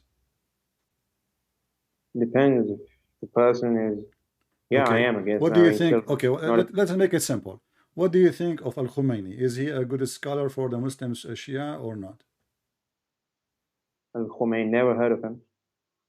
I'll have to. You never heard of confirm with- Al-Khomeini? No, I am Pakistani. I only follow the scholars I have which are near me. All right. All right.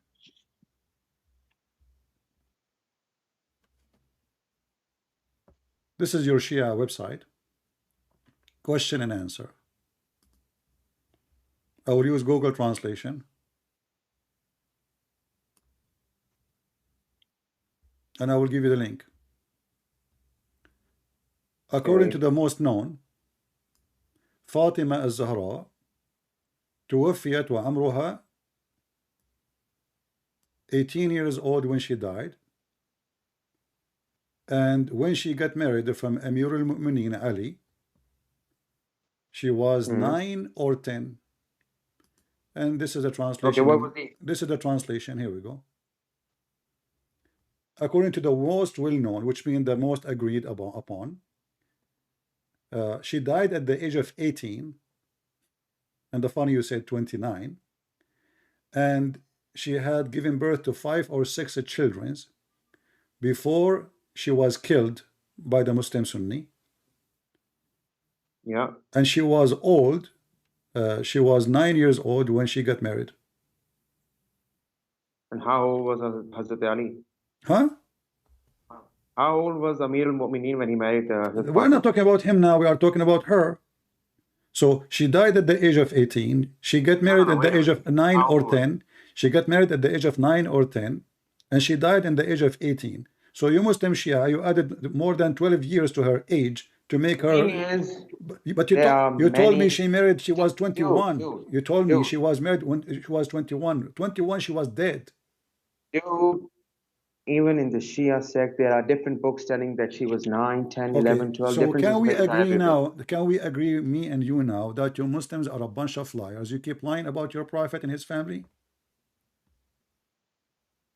If you're talking about Sunnis, and sure, I'll agree to that. Okay, so how we can trust you that you are not lying to me right now? If you just said, we Shia, we Sunni, we keep lying, all our books is a fraud. So how we can learn about Islam? Who is the true Muhammad then? Maybe all the stories you are coming with in your books, both of you, is a fabrication. The same. Dude, if I tell, do you know the difference between lying and deceiving, Mr. Prince? It's the same. Lying is deceiving. Deceiving is lying. When you lie, the lie is 100% fake. But when you deceive, the deceiving is the mixture of truth and a lie.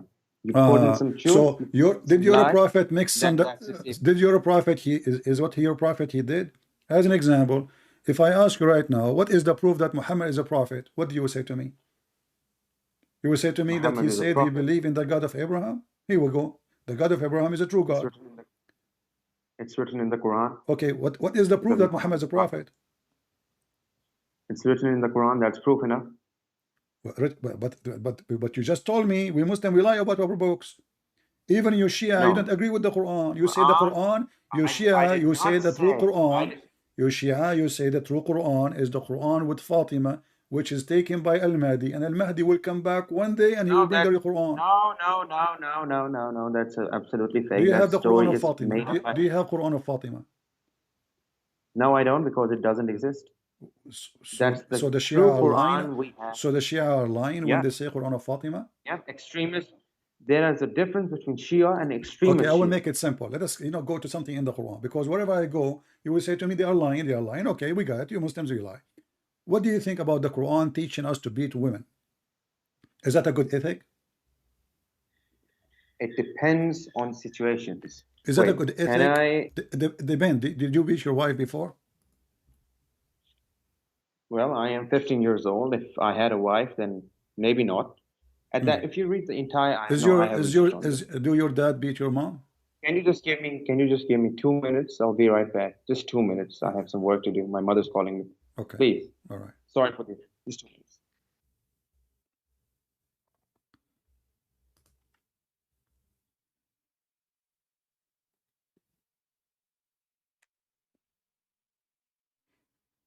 I mean, wherever we go, they will say to us, they are lying.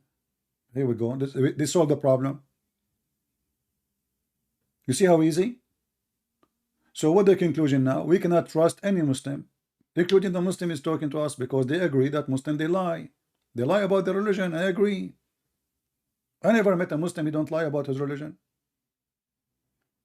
So how this can be a religion from God, preserved by God, when all the books are a bunch of lies?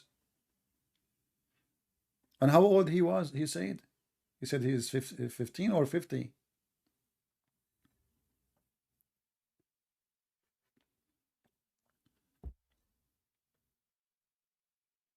How I can trust your age too now? Maybe you are lying to make yourself look sound like you are, maybe you are young, so I don't know what you are talking about.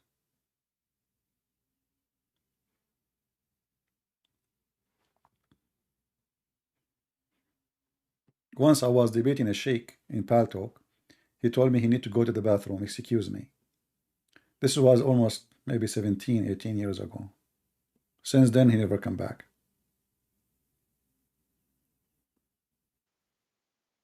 Okay, I am back. Are you here? All right. Why you don't bring your dad to join us? My dad? Well, I'd love to, but he's not here. He's not here. Okay. So you're saying to me, you like to beat your wife, but depend in what? Back in the Arab days, divorce I wasn't forget so about easy. back in the old days. Back in the old days, nowadays doesn't matter. Quran is for all time, isn't it? Yep, it is. Okay, so now the Quran says in chapter 4, verse number 34, beat your women. So, Quran, chapter 4, verse number 34 says beat your wife. 34, okay. Okay.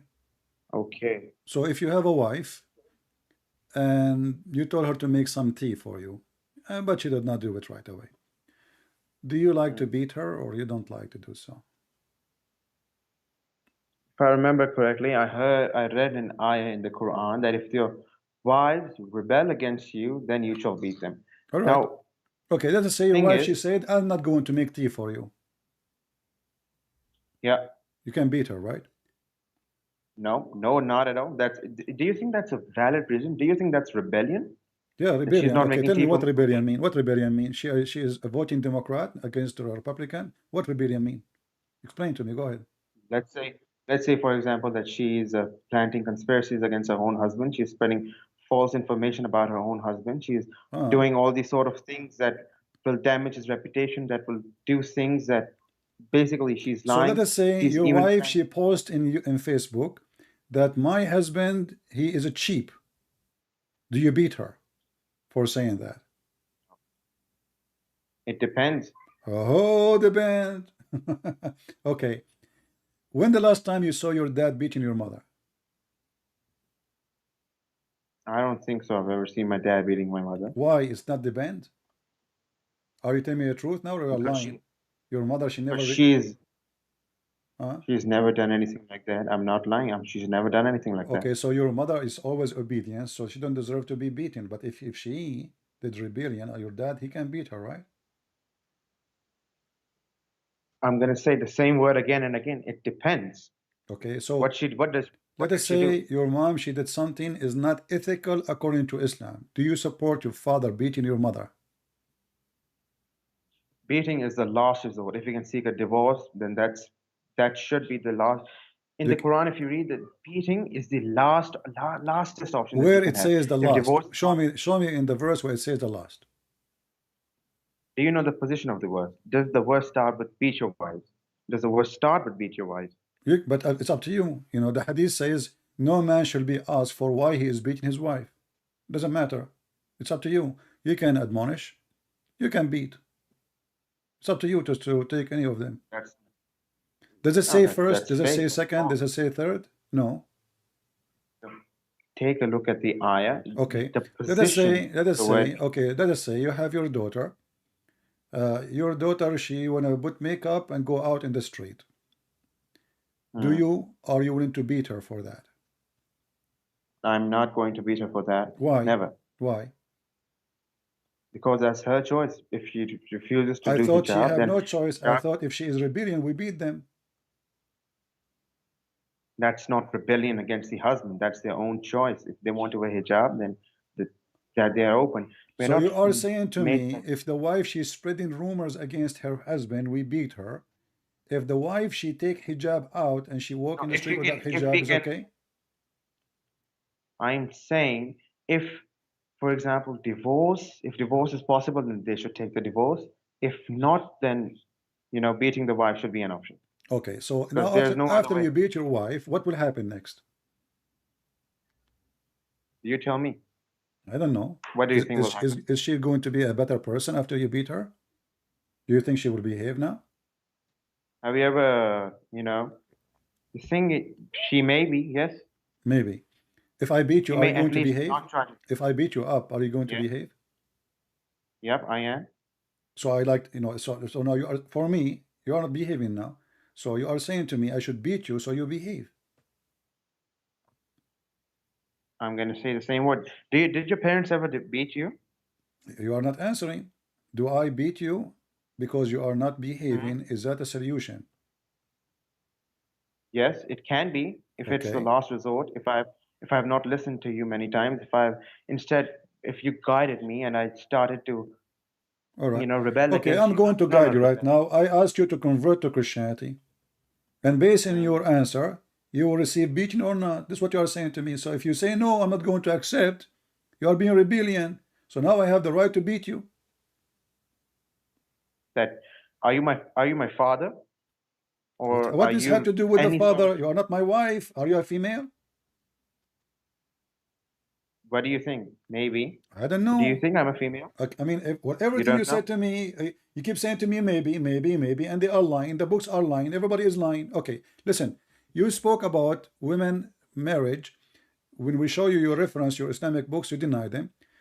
Does the Quran speak of divorcing children? Before what?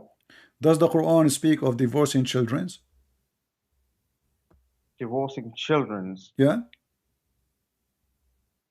I know what ayat you are going to quote. Go ahead. Okay. Go do your thing. Tell me. It's in front of you, chapter 65, verse number 4. You said to me that the books speaking of the child marriage are fabricated. You said to me that Fatima, she was 21. Aisha, she was maybe 30. But the Quran is speaking about that if a person want to divorce a child, after he divorced the wife. Child, doesn't say the waiting period, those of your women who have lost all expectation of menstruation shall be 3 months. If a woman loses menstruation for 3 months, then but women who have, but female who never have their menstruation because they are too young. That's excluded in this. Okay, exactly. So now hold on. Look what happened now. So now you deny that the Quran teach you to have sex with the children. You deny the hadith. You say those are lying, right?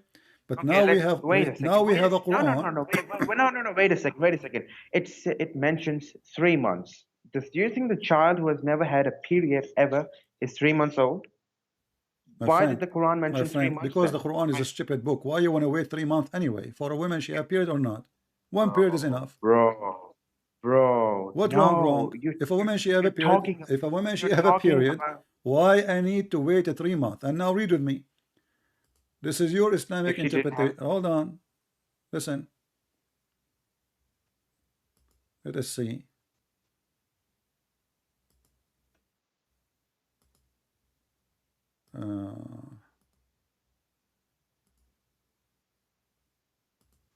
Chapter 65, verse number 4.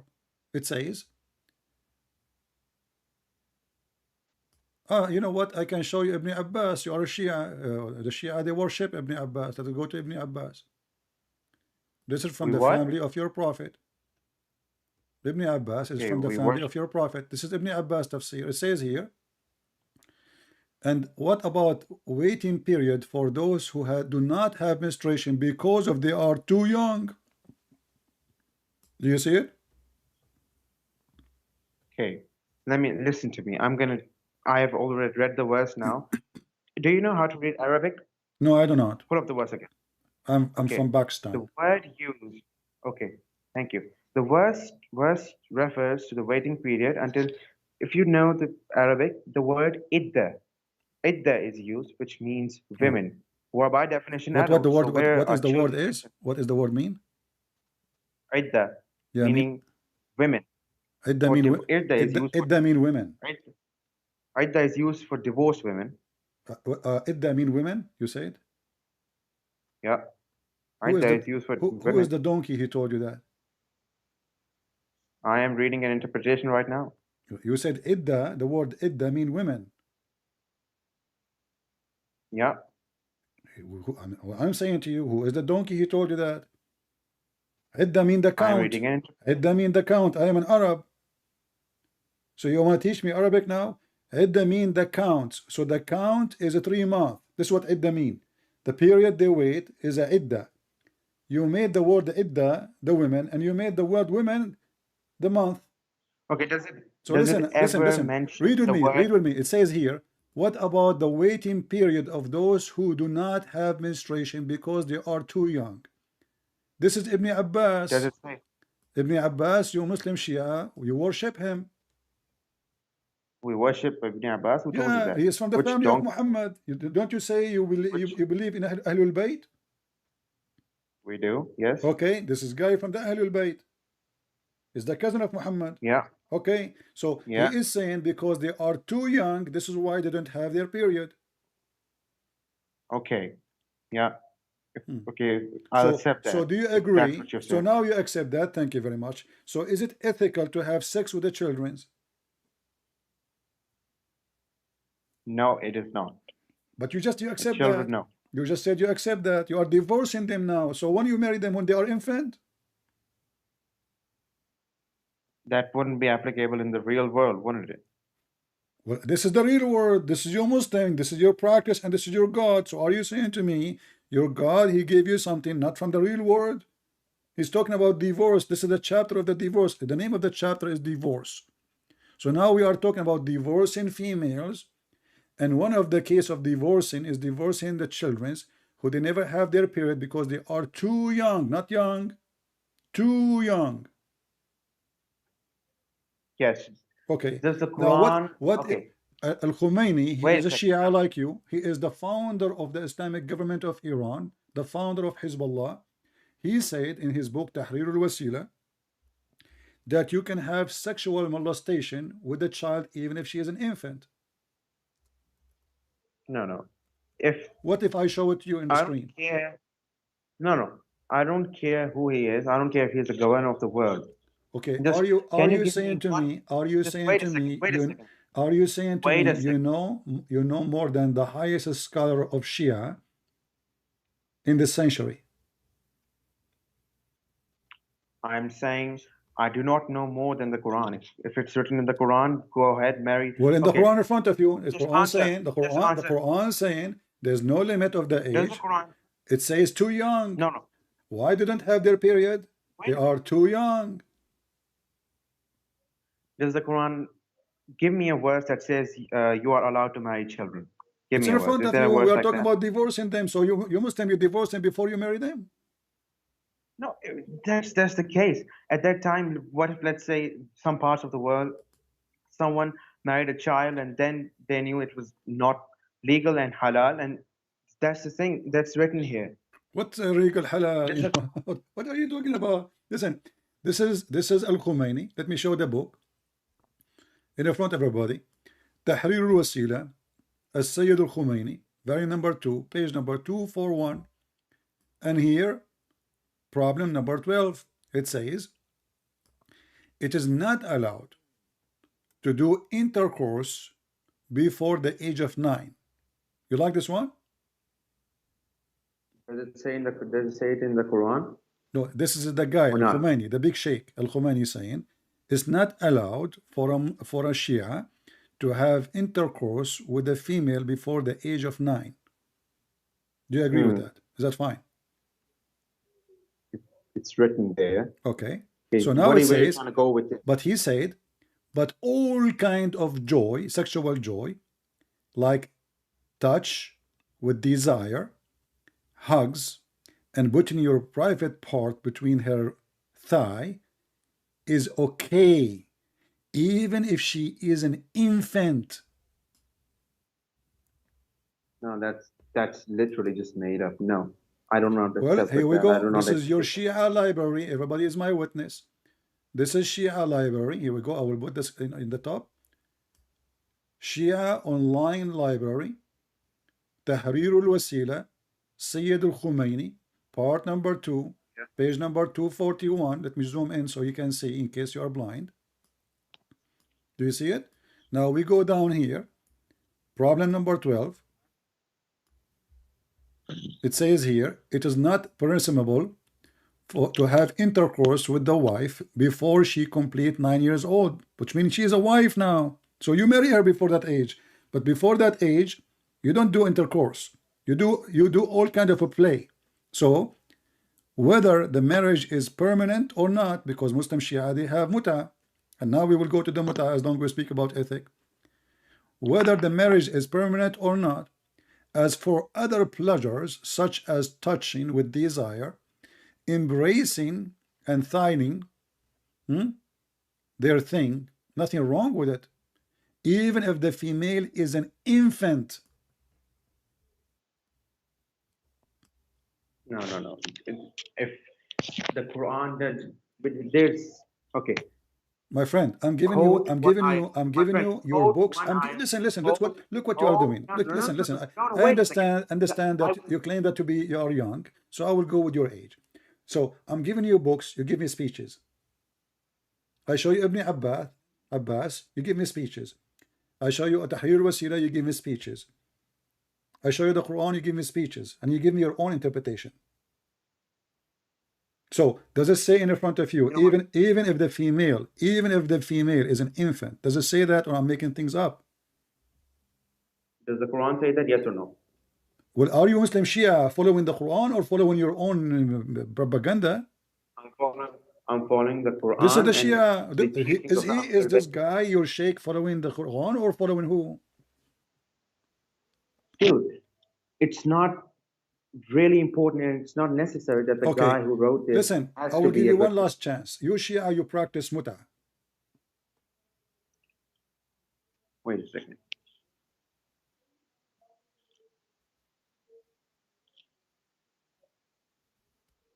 What? No, we don't. You don't? So are you against the Quran That's now? prostitution. Huh? Does the Quran encourage muta? Oh, you do not know. So you are a Shia, you never heard that Shia do muta. That's a good one. Are you practicing taqiyya? Are you practicing taqiyya with me? You know, your highest imam, he says that the taqiyya is the shield of the Shia. You know what does that mean, right? It's mean to lie is the shield of Shia. And I can show you the hadith. very authentic. So the shield of Islam, of the Shia Islam, is lying, taqiyya. Now you are saying to me that in the Quran, nowhere it says that you can have muta. But all Shia in the world, we have tons of videos on YouTube, Shia scholars speaking about muta, saying it's a wonderful, the Prophet, he never forbid it. Quran, this is Quran, chapter 4, verse 124. So you are saying to me that now you never heard that Shia, they practice muta. No, I have heard of it, but the thing is, where I'm from, the Shia, they reject muta. No, it's not legal. Is It's it not up, halal. is it up to you to reject what is in the Quran? It's in the Quran. Does the Quran mention muta? Yeah. The word muta is in Arabic. فَمَا اسْتَمْتَعْتُمْ بِهِ Where? Here we go. Give me the ayah. Give As me long the as you ayah. speak Arabic, you were teaching me what idda mean, and you said it's mean women. So let us read Hey, together. give me the ayah. فَمَا اسْتَمْتَعْتُمْ Give me the بِهِ ayah. I am giving you the ayah, chapter 4, verse 24. فَمَا اسْتَمْتَعْتُمْ بِهِ مِنْهِنَّ. So, اسْتَمْتَعْتُمْ, this is muta. اسْتَمْتَع, muta. Muta. You see the muta? Here we go. Muta. اسْتَمْتَعْتُمْ. So because you enjoy it, bihi, which is the vagina of them, you have to pay them wages. So the Shia and the Sunni, they've been given an order in the Quran to practice muta marriage. Can you explain to the people who they are listening what muta marriage is? Are you on Surah Nisa, chapter 4, verse number 23? 24. 24, okay, let me pull up 24. There is somebody next to you doing muta too. What is that sound?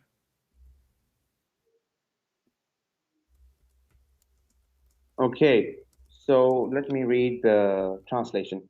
And also prohibited to you are all married women, except those that your right hands possess. The decree of Allah upon you, and lawful to you are all others beyond these, provided that you seek them in marriage with gifts from your property, desiring chastity, not unlawful sexual intercourse. So for whatever you enjoy of marriage from them, give them their due compensation as an obligation, and there is no blame upon you for what you mutually agree to beyond the obligation. So where does it mention the muta? Okay, here we go.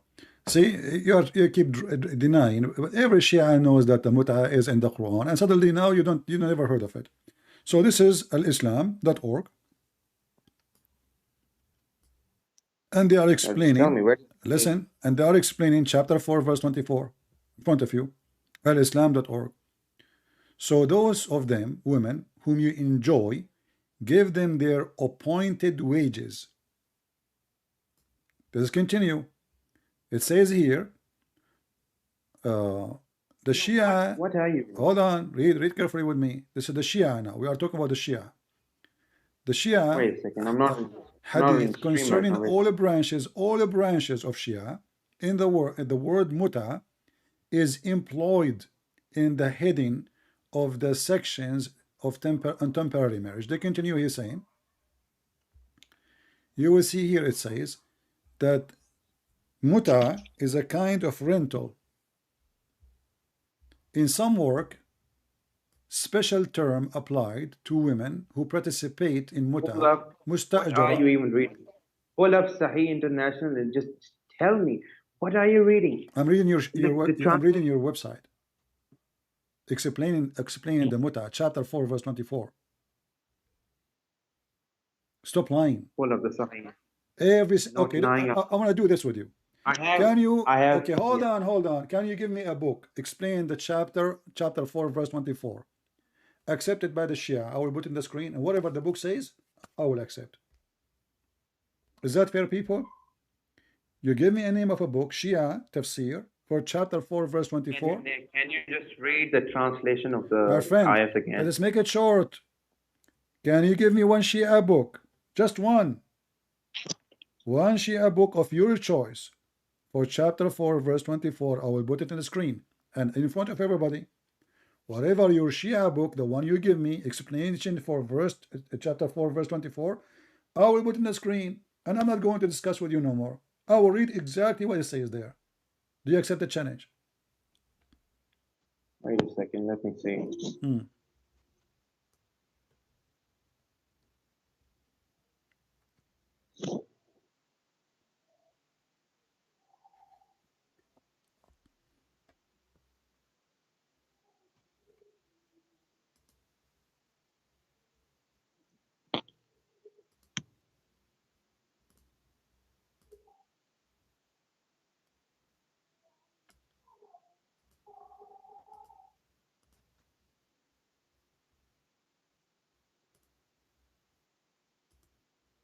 Okay, I can't find any Shia books that provide. Okay, any I know that you will interpretation. say that. Guys, he cannot find any Shia book that said there's no Shia books. He never heard of them.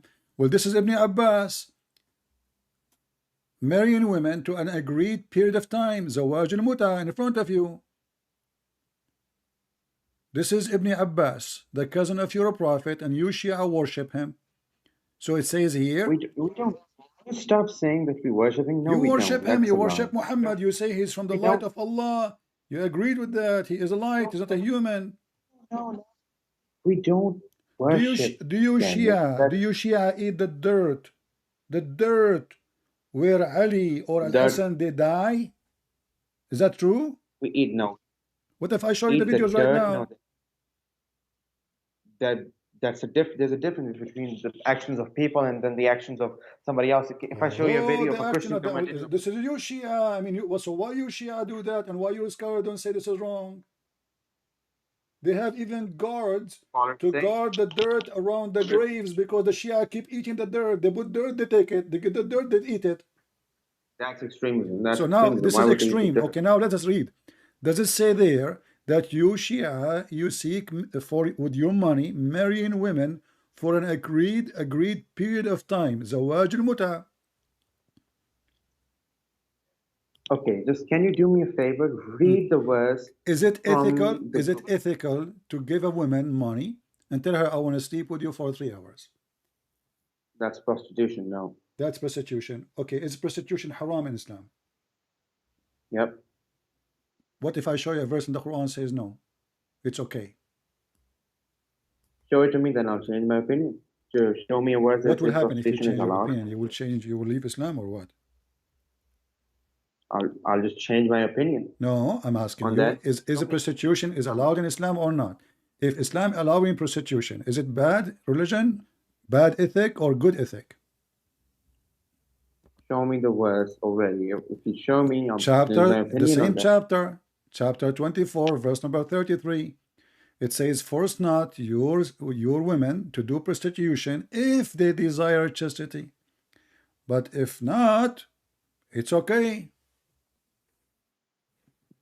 Wait a second. Let me see. Wait a second.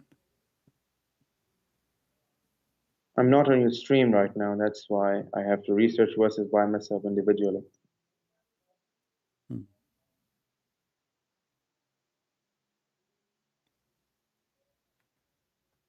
Remember, you are the one who said that muta is a form of prostitution. Did your prophet practice it? Did he? Did he? I do not know. Can you tell? What do you mean you do not know? Is your dad there? Why you don't call No, him? he's not. Who is there? Who is there to help you? If there's a sheikh, No you one, can I'm call just him. saying. Okay, who is the sheikh in the mosque you go to? Why you don't call him right now to join us? Wait a second. No, why you don't call a sheikh? I'm serious. Okay, I am now interested in Christianity. Okay. No problem. You win this argument. Can you call a Okay. sheikh for me right now? So he can join us. You do not need to come to your house. You can just join us in Skype. Where I live, there are no Shia sheikhs where I live. You know, what do you mean you are in the internet? Go find somebody in the internet. What do you mean where you live? Huh? Okay, what about this? What about this? Next time you call me, listen. Next time you call me, you bring a Shia sheikh with you. What do you think? Find somebody. I can't, dude. Okay.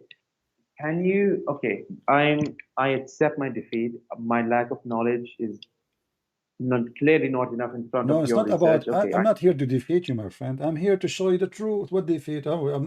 We are not fighting. So I'm asking you now. Okay. Is it true? Is it true what I showed you on the screen, or I'm making things up as those are my websites? You have what you have showed is correct in your own way, but clearly there's a deeper No. meaning to You this see, you I are have. playing with the words. You are just being a deceiver now. Correct in my own Not way. be- What does that mean? Is that your website or my website? Correct in my own way. I'm not saying what you have said is your research and it has to be correct, and there has to be a deeper meaning to this instead of what you just When showed Ibn me. Abbas, he said, this is about marrying women for a period of time. You pay them I'll ask wages. somebody. Is he lying? Does the Quran reject prostitution? Yes or no? No, the Quran agree with prostitution. Here we go, chapter 33. I just showed you the verse. What's wrong with you?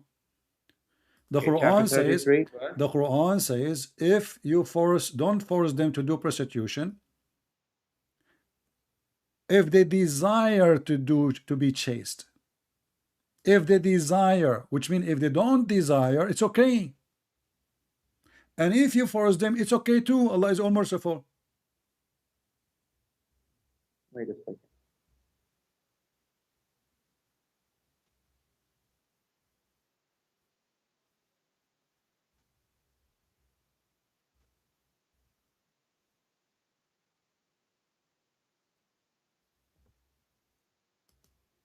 And look at the false translation every Muslim give you. The word prostitution is gone from the verse. They just took it off. You have to change the translation. Here we go. And force not your maids to prostitution if they desire chastity, in order that you make gain, which means money, in this life. But if any one of you compels them to prostitution, then after such a compulsion, Allah is forgiving, the most merciful. Between two brackets, those women. What do you mean forgiving the women? But they did not do anything wrong. You are the one who forced them. So now we have a condition. If they disagree to do prostitution, you are good to go. If they disagree, still you can force them, and there's no penalty for Muslim doing that. Allah is all merciful. Okay, so what's the point you're trying to make here? Let's get to the point. The point is, your prophet is a very bad ethic man. He's a pimp. He's teaching Muslims to be pimps. You can open a pimp house now, legally, officially. Then why is intercourse before marriage made haram if he's trying to be a pimp? Not with a slave. You can have sex with a slave before marriage. Those are slaves. No. What do you mean? No. Hold on. Listen. The Quran says, the same chapter, you can even have sex with women who they are married if they are slaves. Don't you know? Okay. So you can have sex with them. Chapter 4, verse number 24 says, it's forbidden for you. Listen. It's forbidden for you, married women, except those who they are your right hand possess. So you Muslims, you have a very good ethic.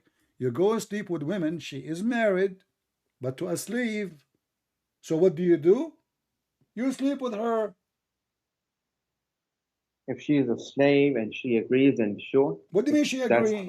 Where it says she agrees, it says no. You see, if a Muslim man, he is horny, he can have sex with all women except married one, unless they are slaves. So you are saying to me now, slave women, she agreed that you will have sex with her when she is married?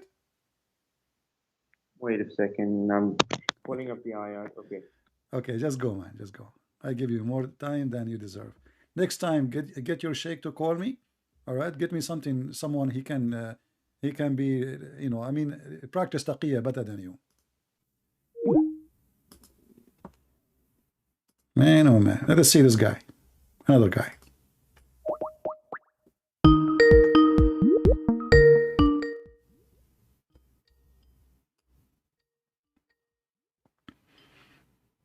Hello? Hello? Must be, he hang up. All right. I mean, do you see this is the ethical religion. You can rent women. And that, look, it says this is their definition. Imagine, this is their website. This is the ethical religion. Special term in some work, special term is applied to women who participate in muta, mustajara. Mustajara mean rented or rented women. Muta is considered as a kind of rental. It's kind of what? It's a kind of rental. because in general, a man basic aim in this kind of marriage, they call it marriage, can you believe it? Is a sexual enjoyment of a woman. So what is the purpose of this marriage? To F the women, excuse my language.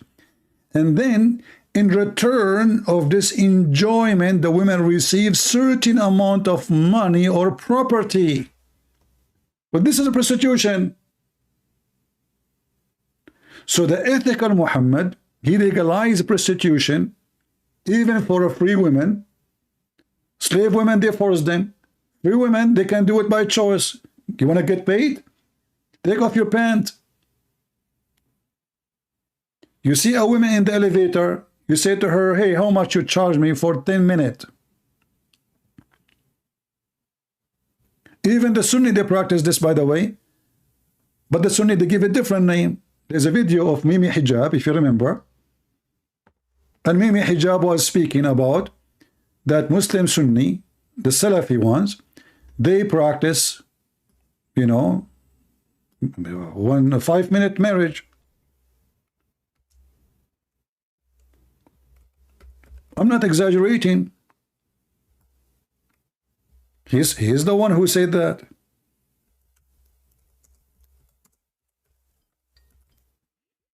This guy is calling me now. Just go, man. I give you 2 hours, you know, you don't deserve it.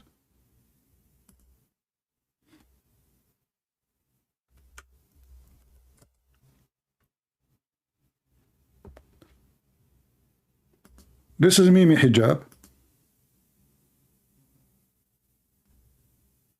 Explain how the Muslim Sunni, they practice the same as the Shia. The difference is they give a different name.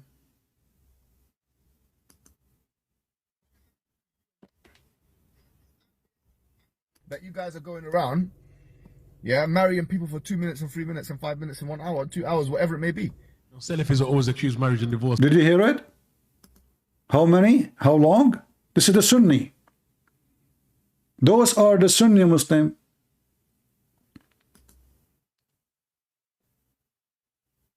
They marry women for 2 minutes, 3 minutes, 4 minutes. This is not Christian Prince saying the 2 minute. This is your Mimi. All you're happy to do, you and your friends, yeah, is acquiesce to the fact that you guys are going around, yeah, marrying people for 2 minutes and 3 minutes and 5 minutes and 1 hour, 2 hours, whatever it may be. 1 hour maybe. The maximum he got in this video is 1 hour. And why you are complaining? Aren't they doing it according to Allah teaching? So those Muslims, they smear each other, they attack each other, but the truth is this is Islam. When this filthy guy, I quoted his prophet to his filthy women who called me, she said that Jesus, he played with his mother boobs. This coward, he made a video saying, Christian Prince, sexual predator. Why? Because I was quoting his filthy prophet who said to her, suckle me. Is it ethical to order women to do suckling for adult? But this is Islam. So this cult is extremely hypocrite.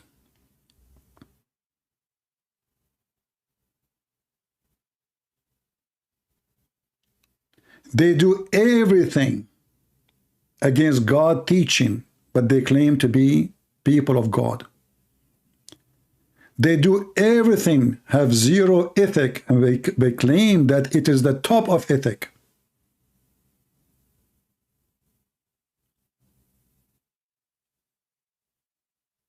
They claim that non-Muslims are najis. What najis mean? Filthy.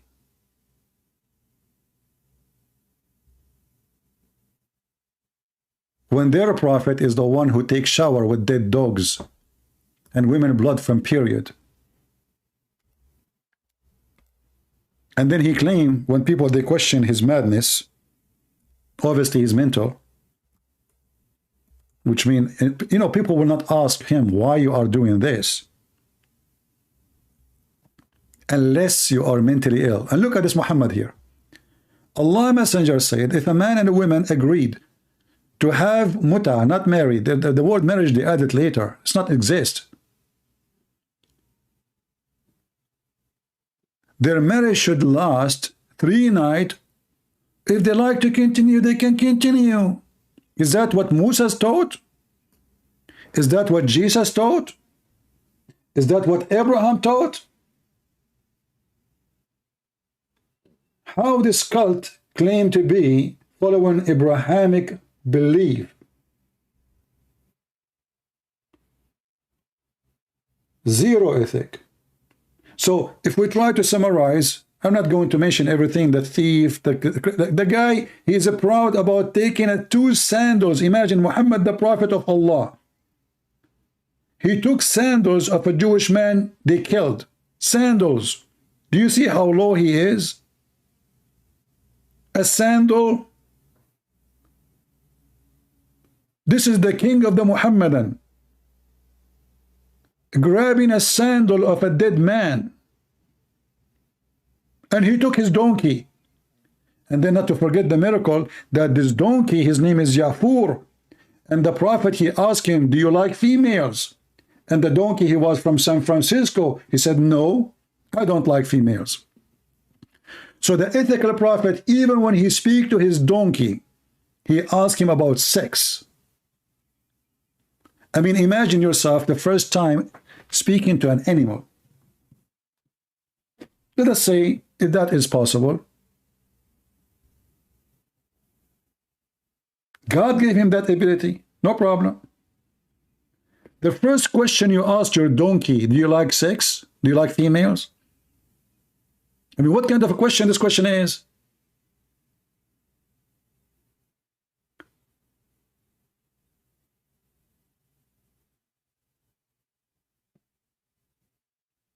Imagine I see a cat. First time I'm able to communicate with the cat in her language. And by the way, Muslims, he spoke like a donkey, Muhammad, or the donkey spoke Arabic?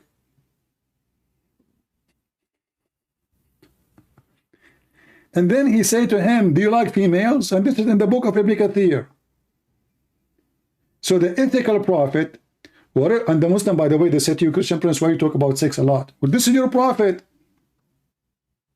I'm quoting your prophet.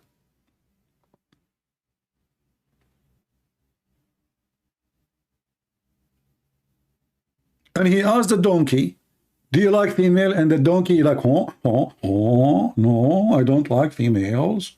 What the heck, surprise? Why, Yafur? A female, she broke your heart?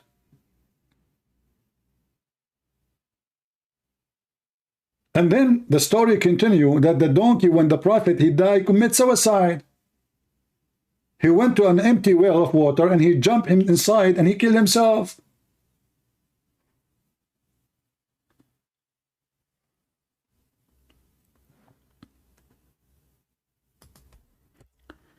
And the clean prophet, who have a lot of ethic, he taught us not only not to be ethically clean, he taught us how to be filthy dirty. And this is their books. And the funny is, when we show them what is written in their books, they were holy books for centuries. Nobody dared to touch them. But now, because it's an embarrassment, all the laundry is out. Before, nobody dared to question the stupidity of this man.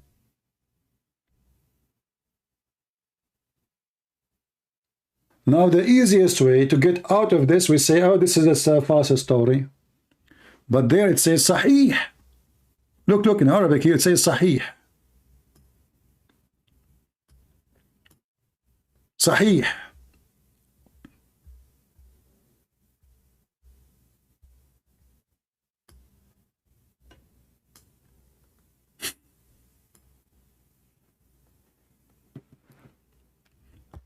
Those who do not know how to find reference after we finish, my friend, always you can freeze the video, type certain line in Google, type it exactly as you see it in the screen, you will find the reference. All right. So like if you want to find this hadith as an example here, and there's no link in your hand, so you want to find it, all what you need to do, just type a few words.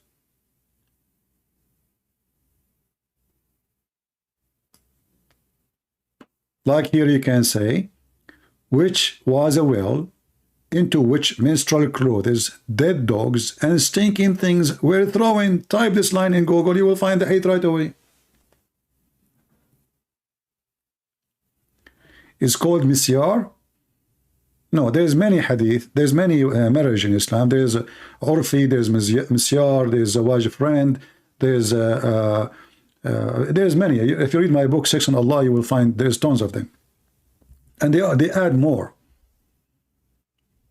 Like as an example, if you are, there is travel marriage. So a person, he want to go and study, let us say, in Ukraine, a Muslim.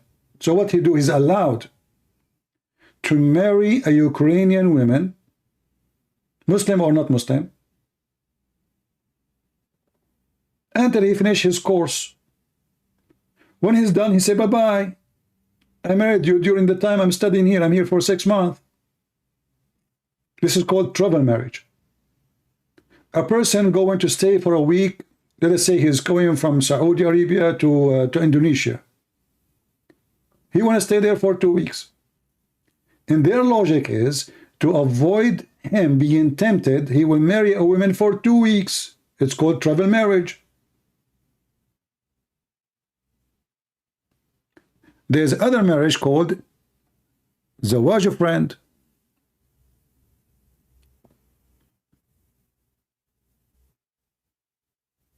What zawaj friend is? You have a friend, but you don't want to get married, but you want to have sex. So we don't want to have a boyfriend, girlfriend thing. So what we do? We marry and we meet once a week or once a while for sex in the hotel. No obligation, no family, no really marriage. It's just sex. It's called zawaj friend.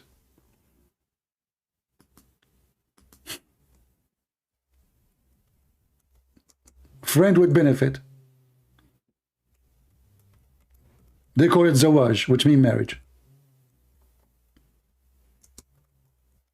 They have offices for it. They have sites for it. Zawaj friend.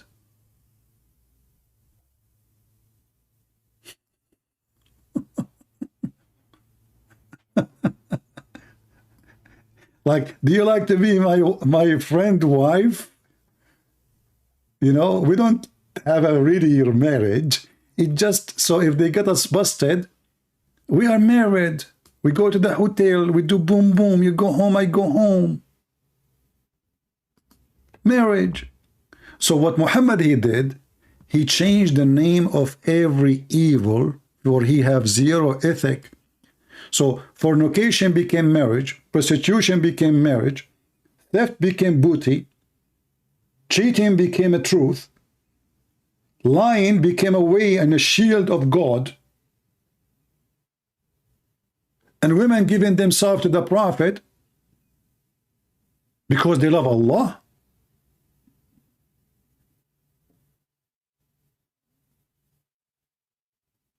Have you ever heard of somebody sent by God? His God, he says, any woman she want to offer herself to the Prophet so he can F her? I mean, this man already have tons of women in his bedroom. He come with the idea how I can make warm women come to my bed.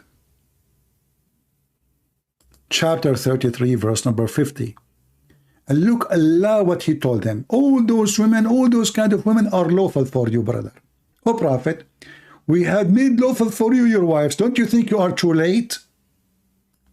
I mean, the guy is having sex with them for the last century, and now you are telling him, I made lawful for you your wives? That is a news. And the one you paid their dowers, and the one you don't pay their dowers, and those are slaves. You can rape all the slaves you have. They are assigned to you, assigned, brother. And the daughter of your partner uncle and aunts, and the daughter of your maternal uncle and aunts, and who registered, migrated from Mecca. All the women came from Mecca, we can F them. And any believing women who dedicate her soul. You see, it's a soul detection. Somebody called Sadhguru. The scam of Sadhguru. Detect yourself to me. Relax, relax. We are going to practice yoga. If you feel being touched somewhere, don't think that it's me. It is the ultimate power of a spirit touching you. Close your eyes. So the prophet, if he wishes to F her, you see the translation saying here, to marry her. In Arabic it says to F her. And this is only a privilege to thee.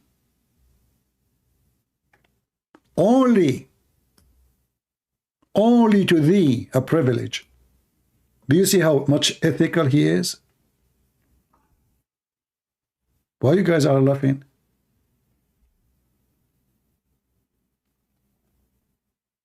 I mean, the guy, his name is Sadhguru. He spent the day teaching us about how to accept each other. Why we don't accept each other?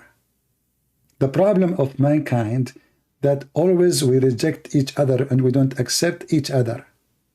So if somebody speaks negative against you, what do? You go warn him? Learn that you can receive and he can receive. And then I made a video about him, laughing at him. He reported me to YouTube in less than 15 minutes. So he spent the day teaching people about how to accept each other, and the coward, he filed a complaint to YouTube of copyright. And now we understand why his name is Sadhguru.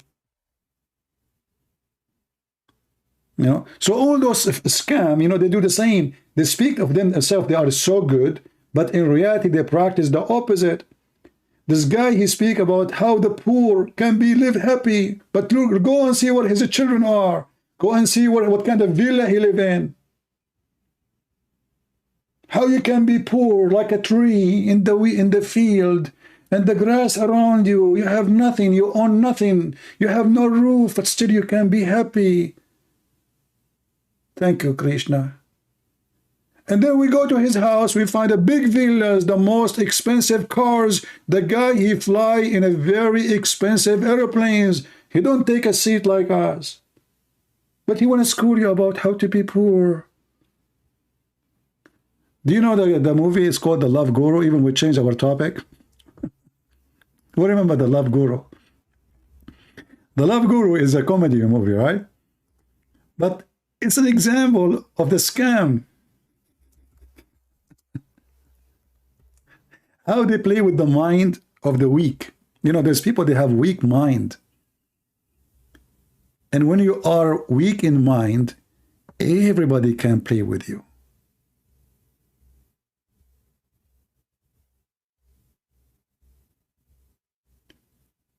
And there's many, they want to take advantage of the fool. The weak-minded. And when you have a vacuum inside you, there's many people want to take advantage and fill that vacuum.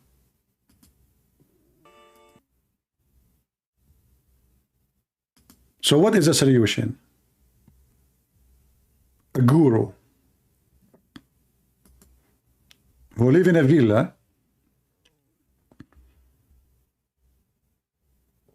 have a fancy life, and then he school you about how to live happily without money.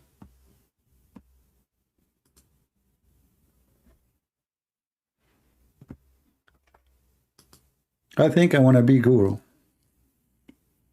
very soon.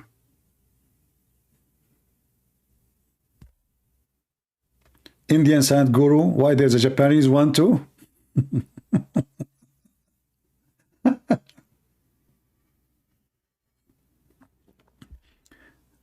I think the gurus are exist everywhere, especially if they have a cross eyes. Do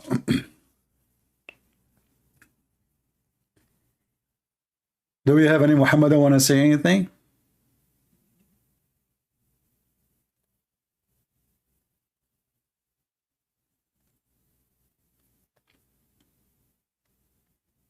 And you know, this is how actually you see, like when I went in Asia, I saw many of those white European, they became the followers of Guru.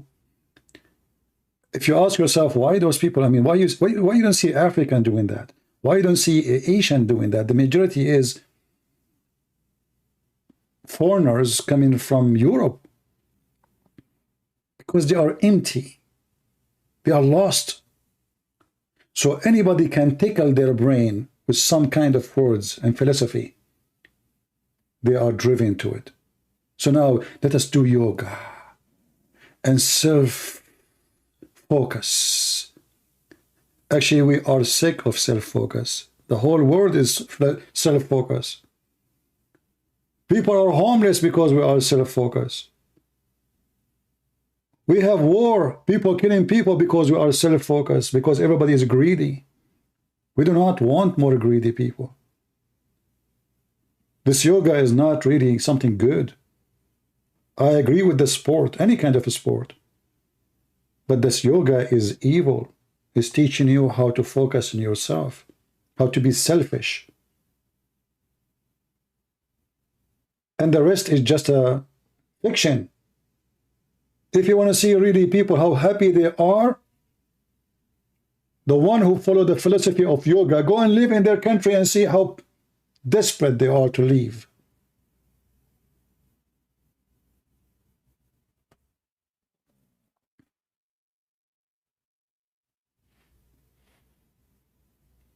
Go and see the sadness on their faces. Those European, they are totally lost. Any new idea, just bring them an idea, anything. Speak about philosophy, speak about supernatural power. Once I was walking, going to my house, and there's a guy, he is holding a sign in the top of his head. Every day I see him. And the sign have a sun. Sun, you know, sun. And he's wearing like them, you know. He's holding the sun. So I said, who is that? You know? He says, this is God energy. Actually, in my last trip, somebody was driving the car, taking me to a place. And he said he believed in happy energy. He believed in energy, good energy. I said to him, good energy can kill you. He did not understand in the beginning. So I explained to him again. I said, isn't it electricity good energy? But if you use it in the wrong manual, if you don't look at the manual, the same good energy can kill you. Don't worship energy. You are just a foolish person who do that. So I told him, good energy can kill you, yet it's good energy because you are following the wrong manual. So God, he gave us energy not to be worshipped, but to live.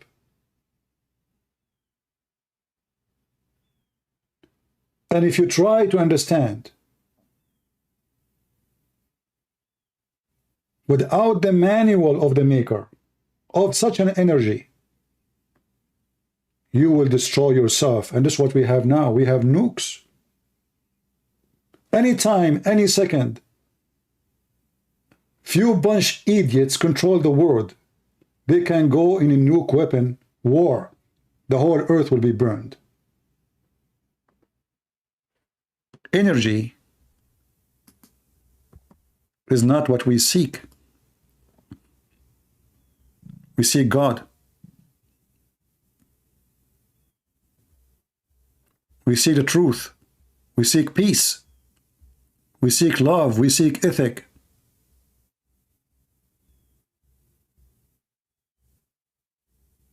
You follow energy, you will get it. And you will die with it. So I say to the Muslims, your prophet, he have energy for everything in the bedroom. Even when he go and do jihad, it was energy for sex.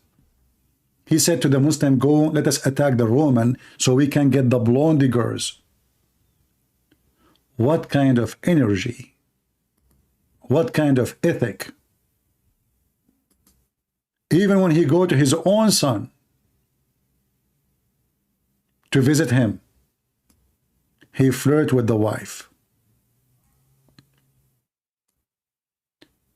The Muhammadan, they claim that Islam is a way of life. I say to you, my friend, Islam is a way of death. For Islam make you addicted to your lust, to evil, to do what is not right. Yet you give it good title so you feel happy and you kill your guilt.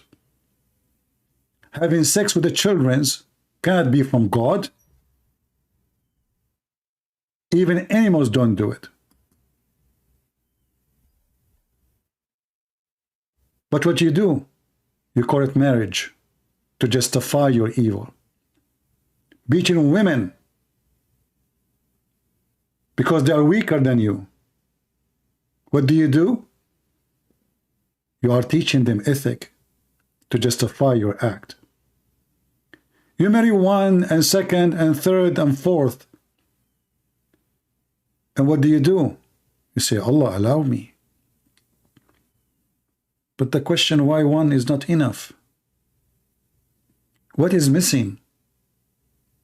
And why you want to have more? Are you a goat?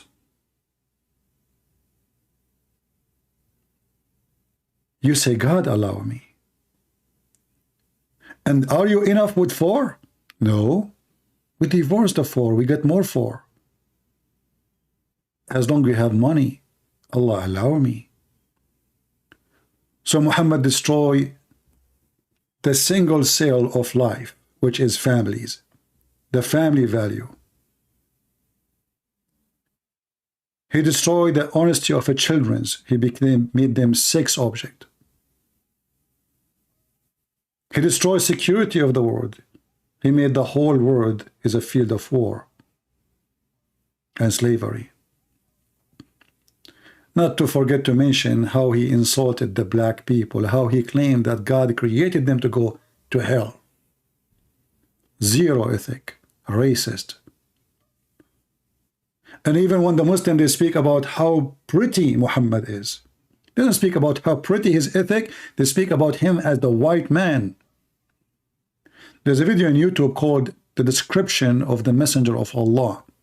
And the man, he started crying when he speak about how a man, he went in the middle of the night and he look at the moon and he look at the prophet and he look at the moon and he look at the prophet and he look at the moon and look at the prophet, and each time he look, he says, who is more handsome? Conclusion, Muhammad is the most handsome. And yet they claim that Islam is not racist. Islam don't care for how you look like. But the second you speak about Muhammad, they describe for you his belly bump, how white his underarms is, how white his face is. If you search right now in YouTube and see the descendant of the Prophet, you will see how blonde they are. Extremely blonde. You ask yourself, what's wrong with this religion?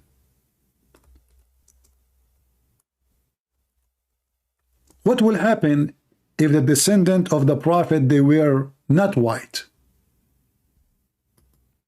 Is that a bad effect?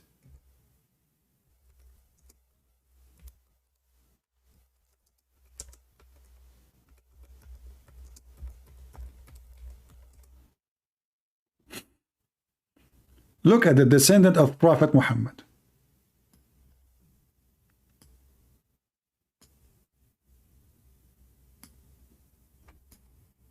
This is the last thing we will show you before we go for today.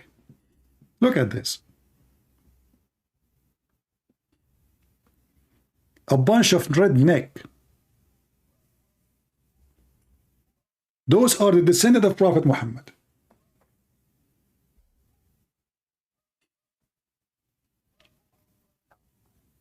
And I guarantee you, none of them have to do anything with Muhammad. It's just another scam. But they will not accept you to be a descendant from the Prophet, truly descendant, unless you are blonde.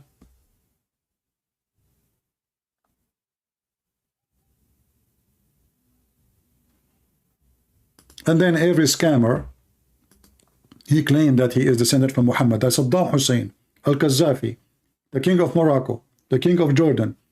I mean, everybody, in order to control the crowd and to fool them. And the funny is, what a shameful to be descendant from Muhammad. I would prefer to disappear from this earth to claim such a thing, for this is not an honor. This is disgusting. I mean, even the Sultan of Brunei, he claimed that he descended from Muhammad. What the guy have to do with the Brunei? Even the Queen of England, they claim that she descended from Prophet Muhammad. I mean, who's left? Who's left? Queen of Islam, Elizabeth, related to Prophet Muhammad, brother.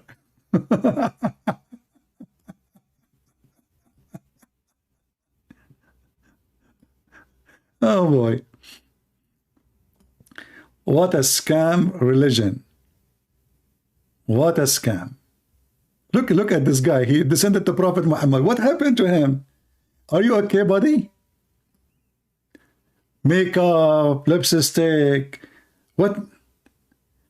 The face of the descendant of a Prophet Muhammad, PPUH. For sure he have to be so white. Are you kidding me? He can't be African. That will be attack on Islam.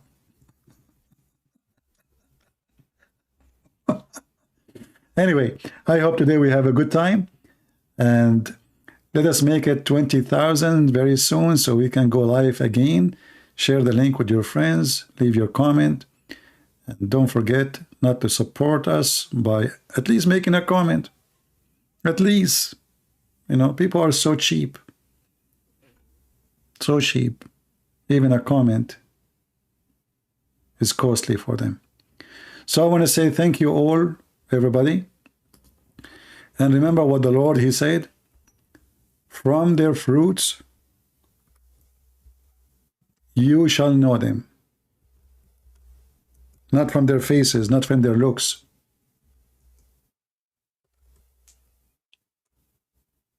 We don't care. We as a Christian, we shall not care if the person is African or Asian or white. We care for one thing. The fruits, my friend. The fruits. And the fruits of Muhammad is so clear. Evil like him. Ugly like him. People who worship a look or a color, they are racist to the bone. And they will die with their racism. People who they are looking for good life, the good God, they don't see color. They look for the fruits.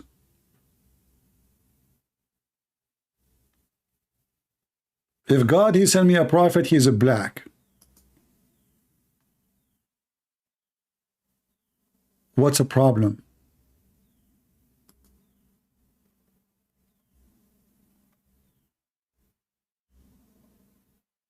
If God, he sent me a prophet, he's an Asian. What is the problem? There will be only a problem if I am a person who care for the look and the color.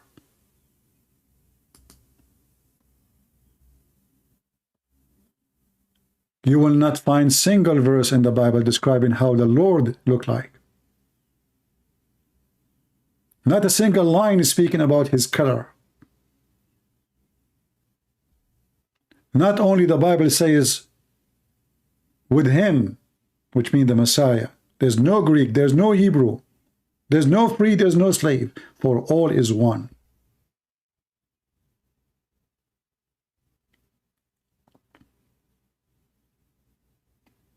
We don't talk about the look of Jesus because we are not worshiping a look. God, he said, he created Adam in his image.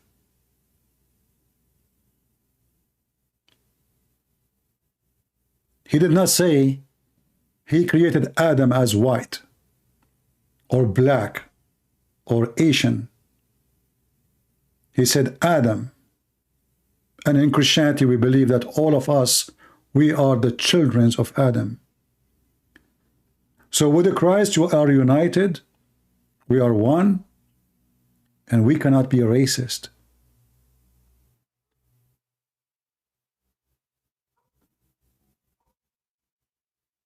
I will judge your fruits. I'm not judging you. I'm not God. I judge the fruits. From their fruits, you shall know them.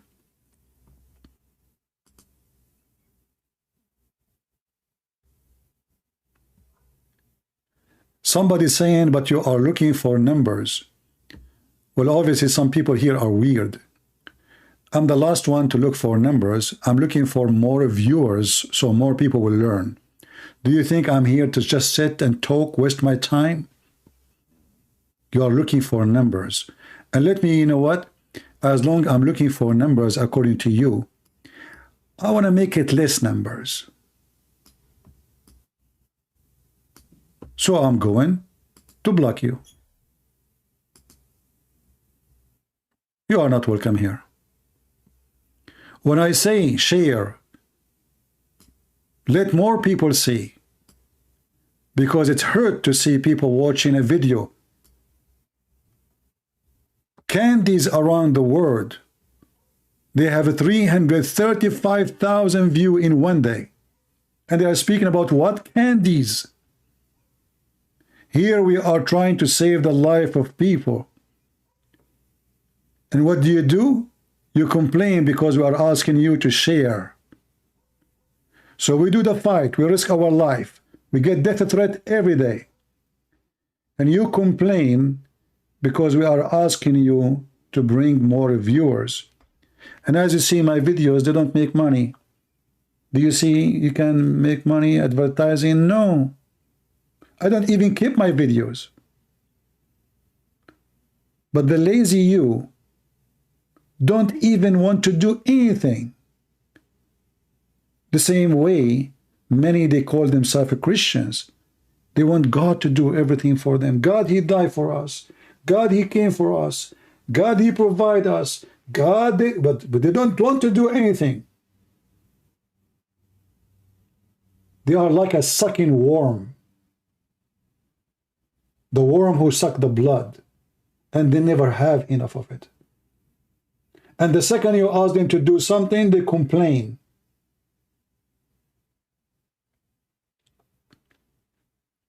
They want free books, free time. You call you, come back online, stay here. But they don't want to do anything.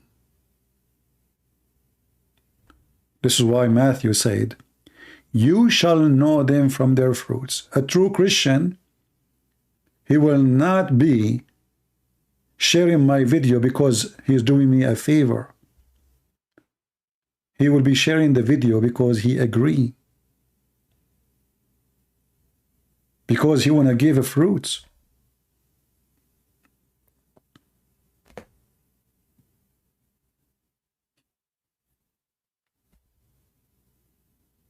They want to have everything for free.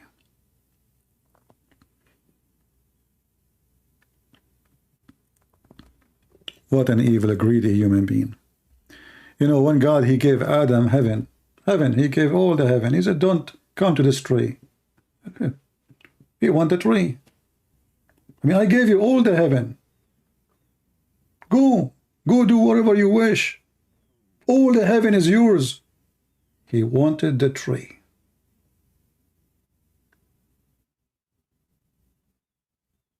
Greedy. Selfish. They want to be God. Yesterday, actually, I met two old couple. And we have a very nice conversation with them. They told me, which church you go to?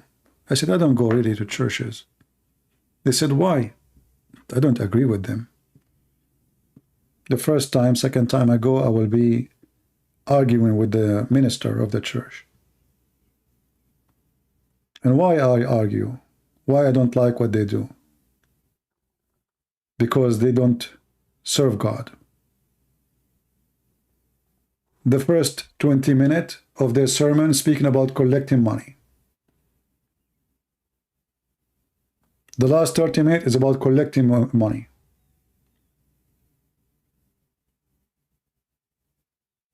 But you are a man of God who came to do service for free.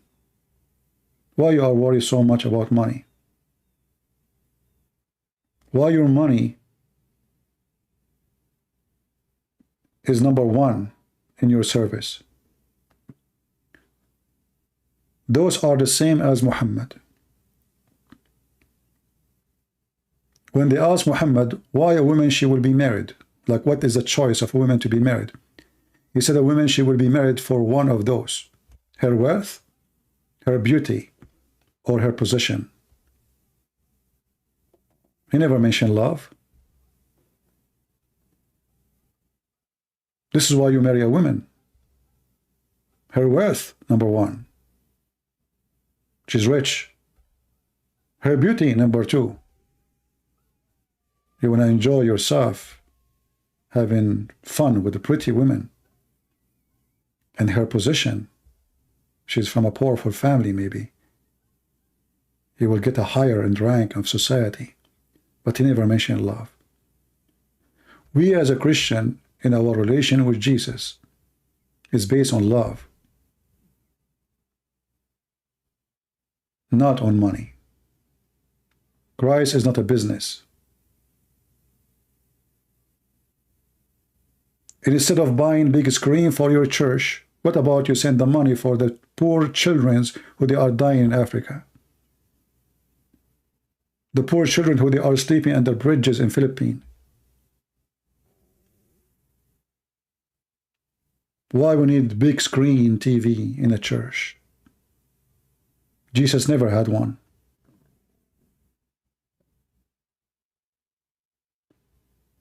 So I disagree with them. But still I encourage people to go to churches, for there you meet the good ones. And that is the treasure. You will meet good ones like you. Not necessarily the priest. The Lord, he says, be aware of false teachers. They come to you in the clothes of a sheep, but they are wolves. And there is too many wolves in the clothes of a sheep. And I want you always to remember what the Bible says, that from their fruits, the one who speaks to you too much about supporting the poor, but he live in a big fancy villa. He take a salary for his job as a priest. Why you have a salary? Well, you need to make living. Well, aren't you a believer? God will provide. There's people who will give. When you demand a salary, you are demanding a salary.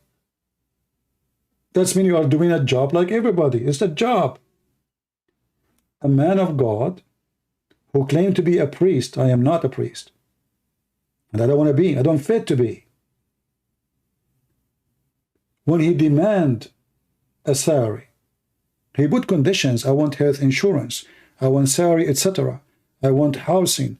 I want etc. I want etc. And even when they make a speech somewhere, they have to get paid. They get paid even for a funeral, like Muhammad.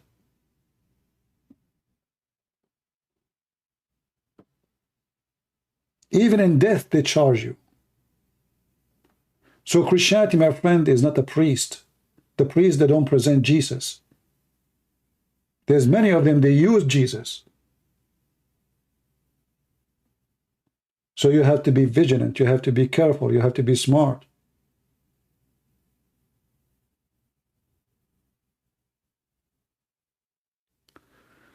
We follow Christ, and we should not ever follow a man. The one who follows a man, he will end dead with the man. And all of us, we can be tempted. If you ask me, do you like to have a big villa? Oh, yeah, sure. Why I want to stay in this tiny house if I can get a big villa? Why I want to be in a small tiny car if I can get a nice fancy one?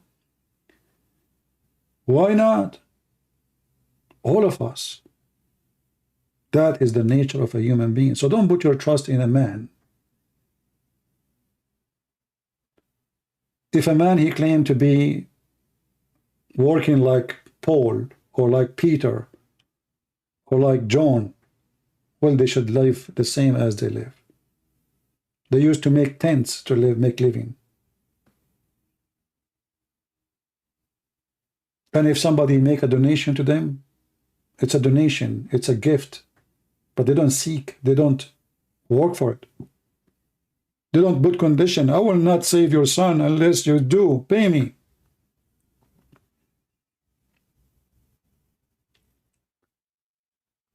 So my friends, always when you speak about Islam, ask the Muslim one question. What was the fruits of your prophet when he taught you to beat your wife? What is the fruit of that action? Your wife, she will love you. She will hate you. She will be a better person. Or you are going to damage her physically, mentally, spiritually. What is the accomplishment? What is the fruit of allowing having sexual relationship with the children?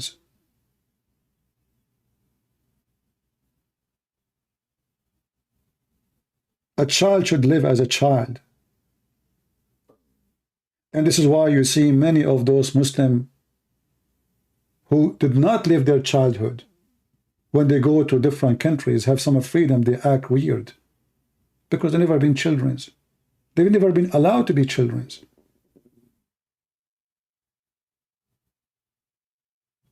It's like somebody, he always wanted to have a nice fancy sport car.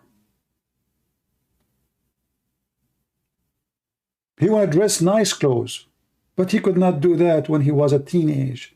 So when he became 70, now he can afford it. So suddenly he's driving open Corvette.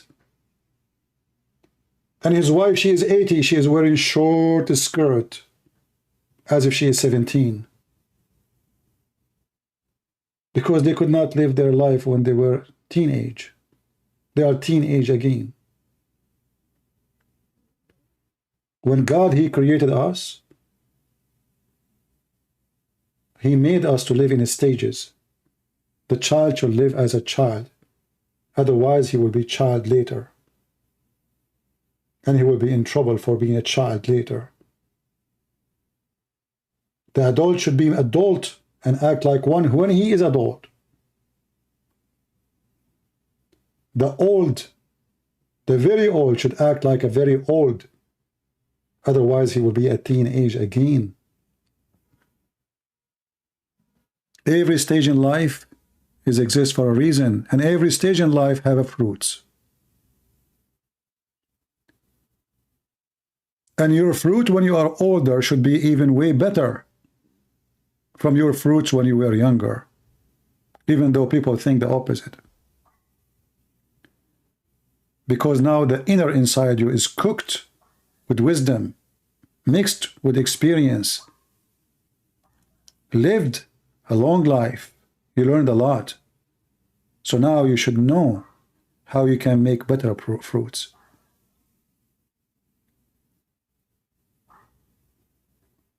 Fruits, my friend. And those are fruit, you cannot eat them, but you can live with them. And if you want to compare between the devil and God, you can compare between Muhammad and Jesus. For the fruit of Muhammad is a fruit of a devil, and the fruit of Jesus is the fruit of God. Did you ask yourself why we Christians are debating with Muslims if Jesus is God or not? Yet we are debating with them if Muhammad is a scam or not, child molester or not, criminal, killer, thief, fornicator or not. So we are debating about Jesus if he is God or not, for he is so good. And we are debating about Muhammad, how bad he is, for he is so bad. The fruit, my friends, is the fruit of God. So the Lord, he said, be holy like your Father, even though we are not, even though maybe the mission is impossible to be holy, but it's a project to work in so he can give better fruits. The requirement to be with Jesus is very high. The requirement to be with Muhammad is very low, for he is low. Say Shahada, get 72 women, have sex. With Jesus, the story is 180 degree, the opposite. The qualification is so high.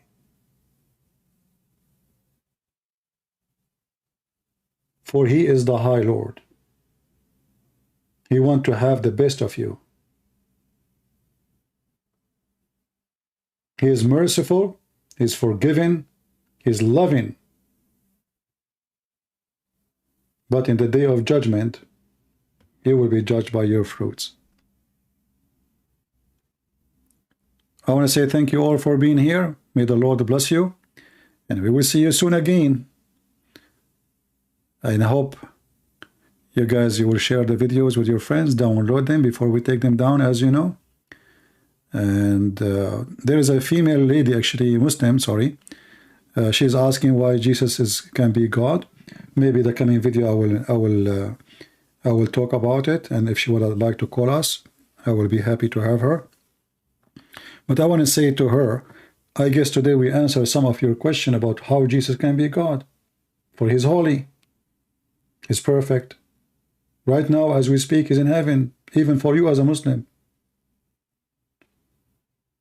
Jesus in your Quran can create from the dead, can resurrect people from the death. Who can do that? Save God. He forgives sin. The Quran says, who can do that? Save God. Jesus can make the blind see, not by giving medicine. Jesus can create from the mother bird, the Quran say. Who can do that? Save God. Even according to your book, Jesus is the creator. And you are asking me why you believe that Jesus is God? In fact, none of what Jesus can do, your God can do. Can Allah resurrect anyone? Show me. Prove it. Muhammad, his children, they die one after one. And they're still dead. Jesus, he resurrected many. The Bible says that there's no book can write all the miracles of Jesus.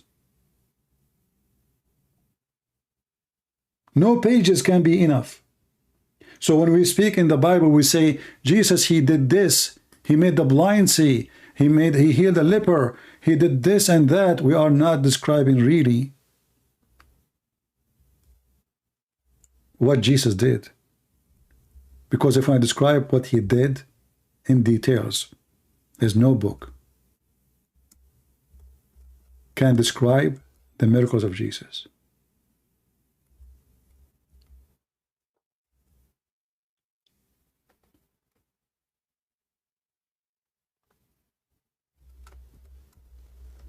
You know, each time I see somebody says to me, he believes in Islam, I ask myself, how in the world any human being he can accept such a thing? A person who has zero miracle.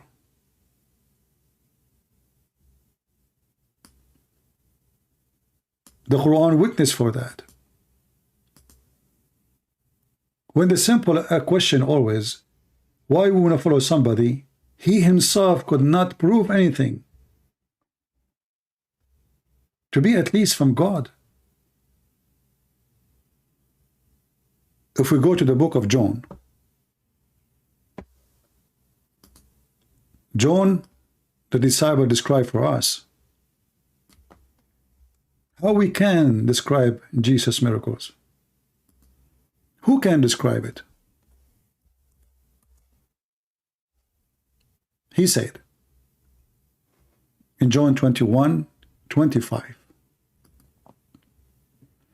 and there's also many other things which Jesus did, the which if they should be written, everyone, I suppose that even the word itself could not contain the books that should be written. That is Jesus, my friend.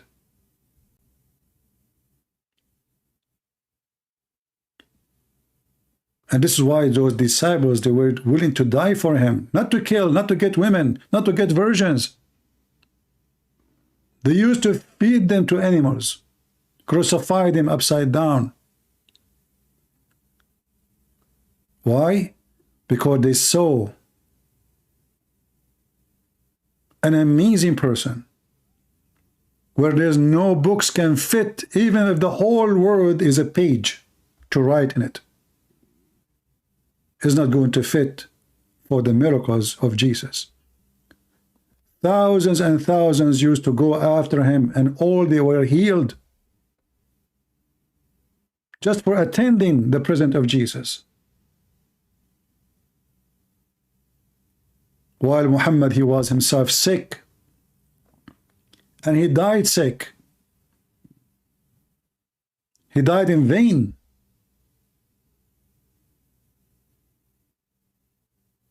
Like Buddha, by poison.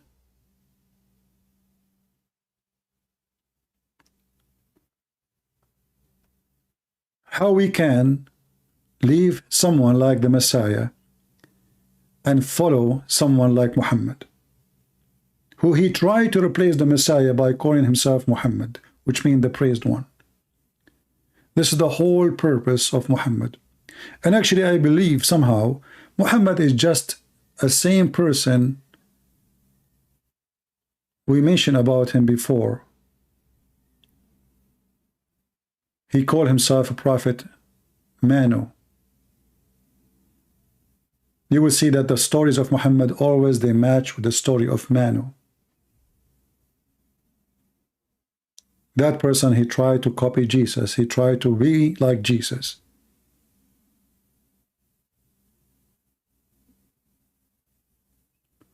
So we pray that all of you will be in good health and wealth.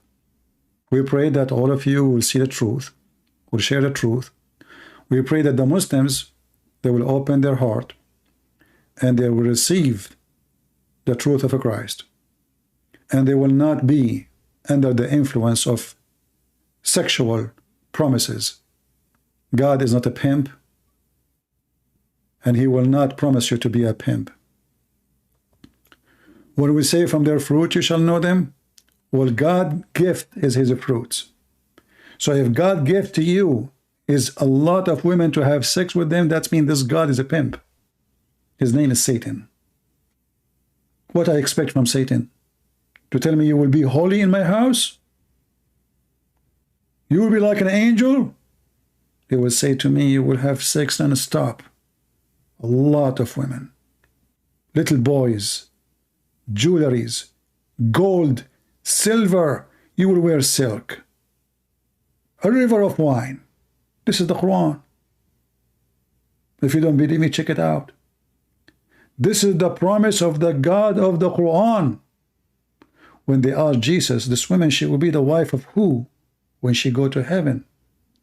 He said, he and she, they will not get married. They will be the same as angels. We don't have the same heaven. For the heaven of God is a holy place. And if God cannot make me happy in his heaven way more than my sexual joy, how he can be God anyway? The God who can create a joy, he can create always a better joy, fit with his house. So we will have a way better joy in the kingdom of the Lord. Have nothing to do with food, nothing to do with sex, nothing to do with money. He will free us from our needs. And that is the biggest gift. Imagine if you go, you do not need food to live. You do not need drink to survive. You do not need medicine to be healthy. Isn't it this is the ultimate gift? I'm sufficient. I don't need. In Islam, you are a slave of needs. You are more needy from the way you used to be before. You are more addicted to sex than the way before, to money, to gold, to silver, to wine. And the funny is that the Quran says that the wine is the made of the devil, yet we have rivers of wine in heaven of Allah. With Jesus, my friend, you are free. With Muhammad, you are a slave. And that will lead us to the last point. When the Quran make a mockery of the Christians, could not understand why the Christians and the Jews, they say, we are the children of God.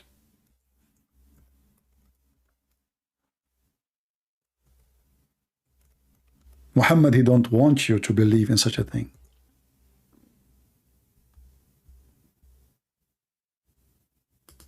The Christians and the Jews, they said, we are the children of God.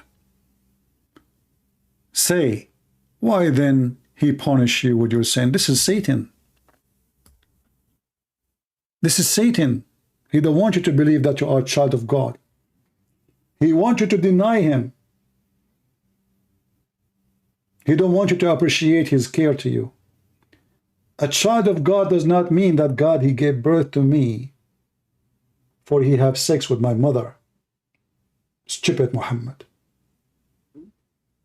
A child of God mean a person who received a gift of God. He received the Holy Spirit. He received the guidance. He received the promise. And he appreciate the Lord. So Muhammad don't want you to appreciate the Lord. He wants you to be a slave of Allah, not a child of God. And actually the Quran say clearly, Allah created mankind and genie for one reason,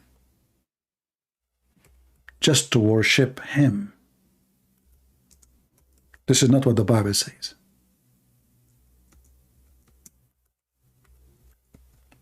In the Bible, we are children of God. God wanted to share his glory, his kingdom with us, for he loves us. The God of Islam is evil. He created you just to be a slave. And Allah saying, I created not the jinn and the human except they should worship me. That is the purpose.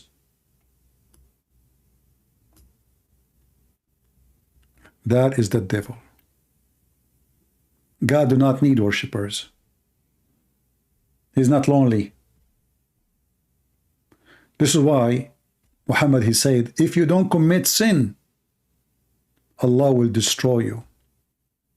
And he will replace you with nation who commit sin and ask for forgiveness.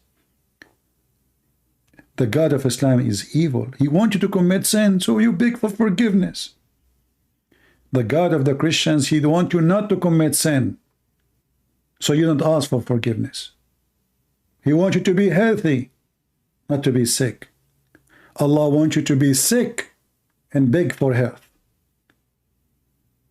So we have totally the opposite belief.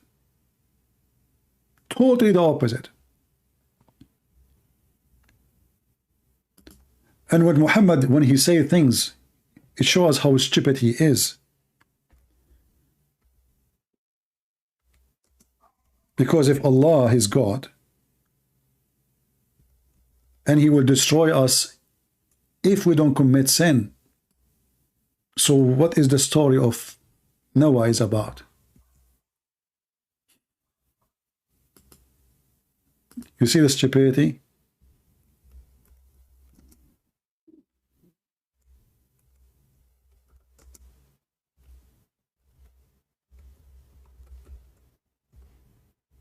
When he said that if you don't commit sin, he will destroy you. Is it the reason we are punished because we commit sin? According to Muhammad, it's the opposite. If you don't commit sin, this evil God, he will destroy you and replace you, which means this evil God is evil. He will not destroy you because you are being bad. He destroy you because you are being good. And that is exactly what the devil wants. He's saying them be bad. Just ask for forgiveness.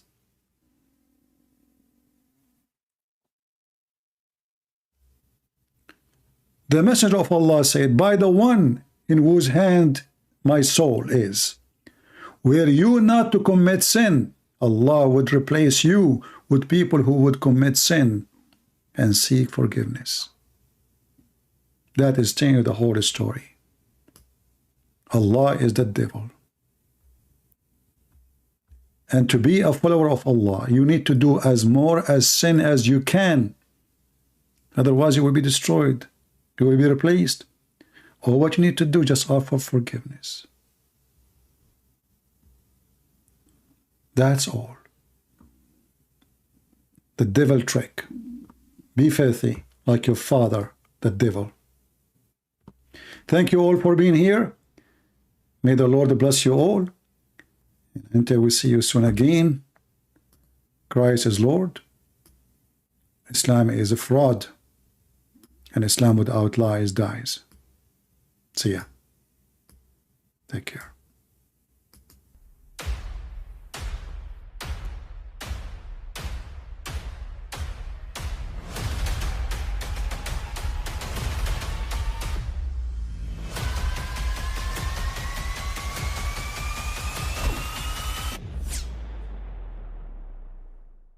But I mean, again, he doesn't know who Gabriel is, right?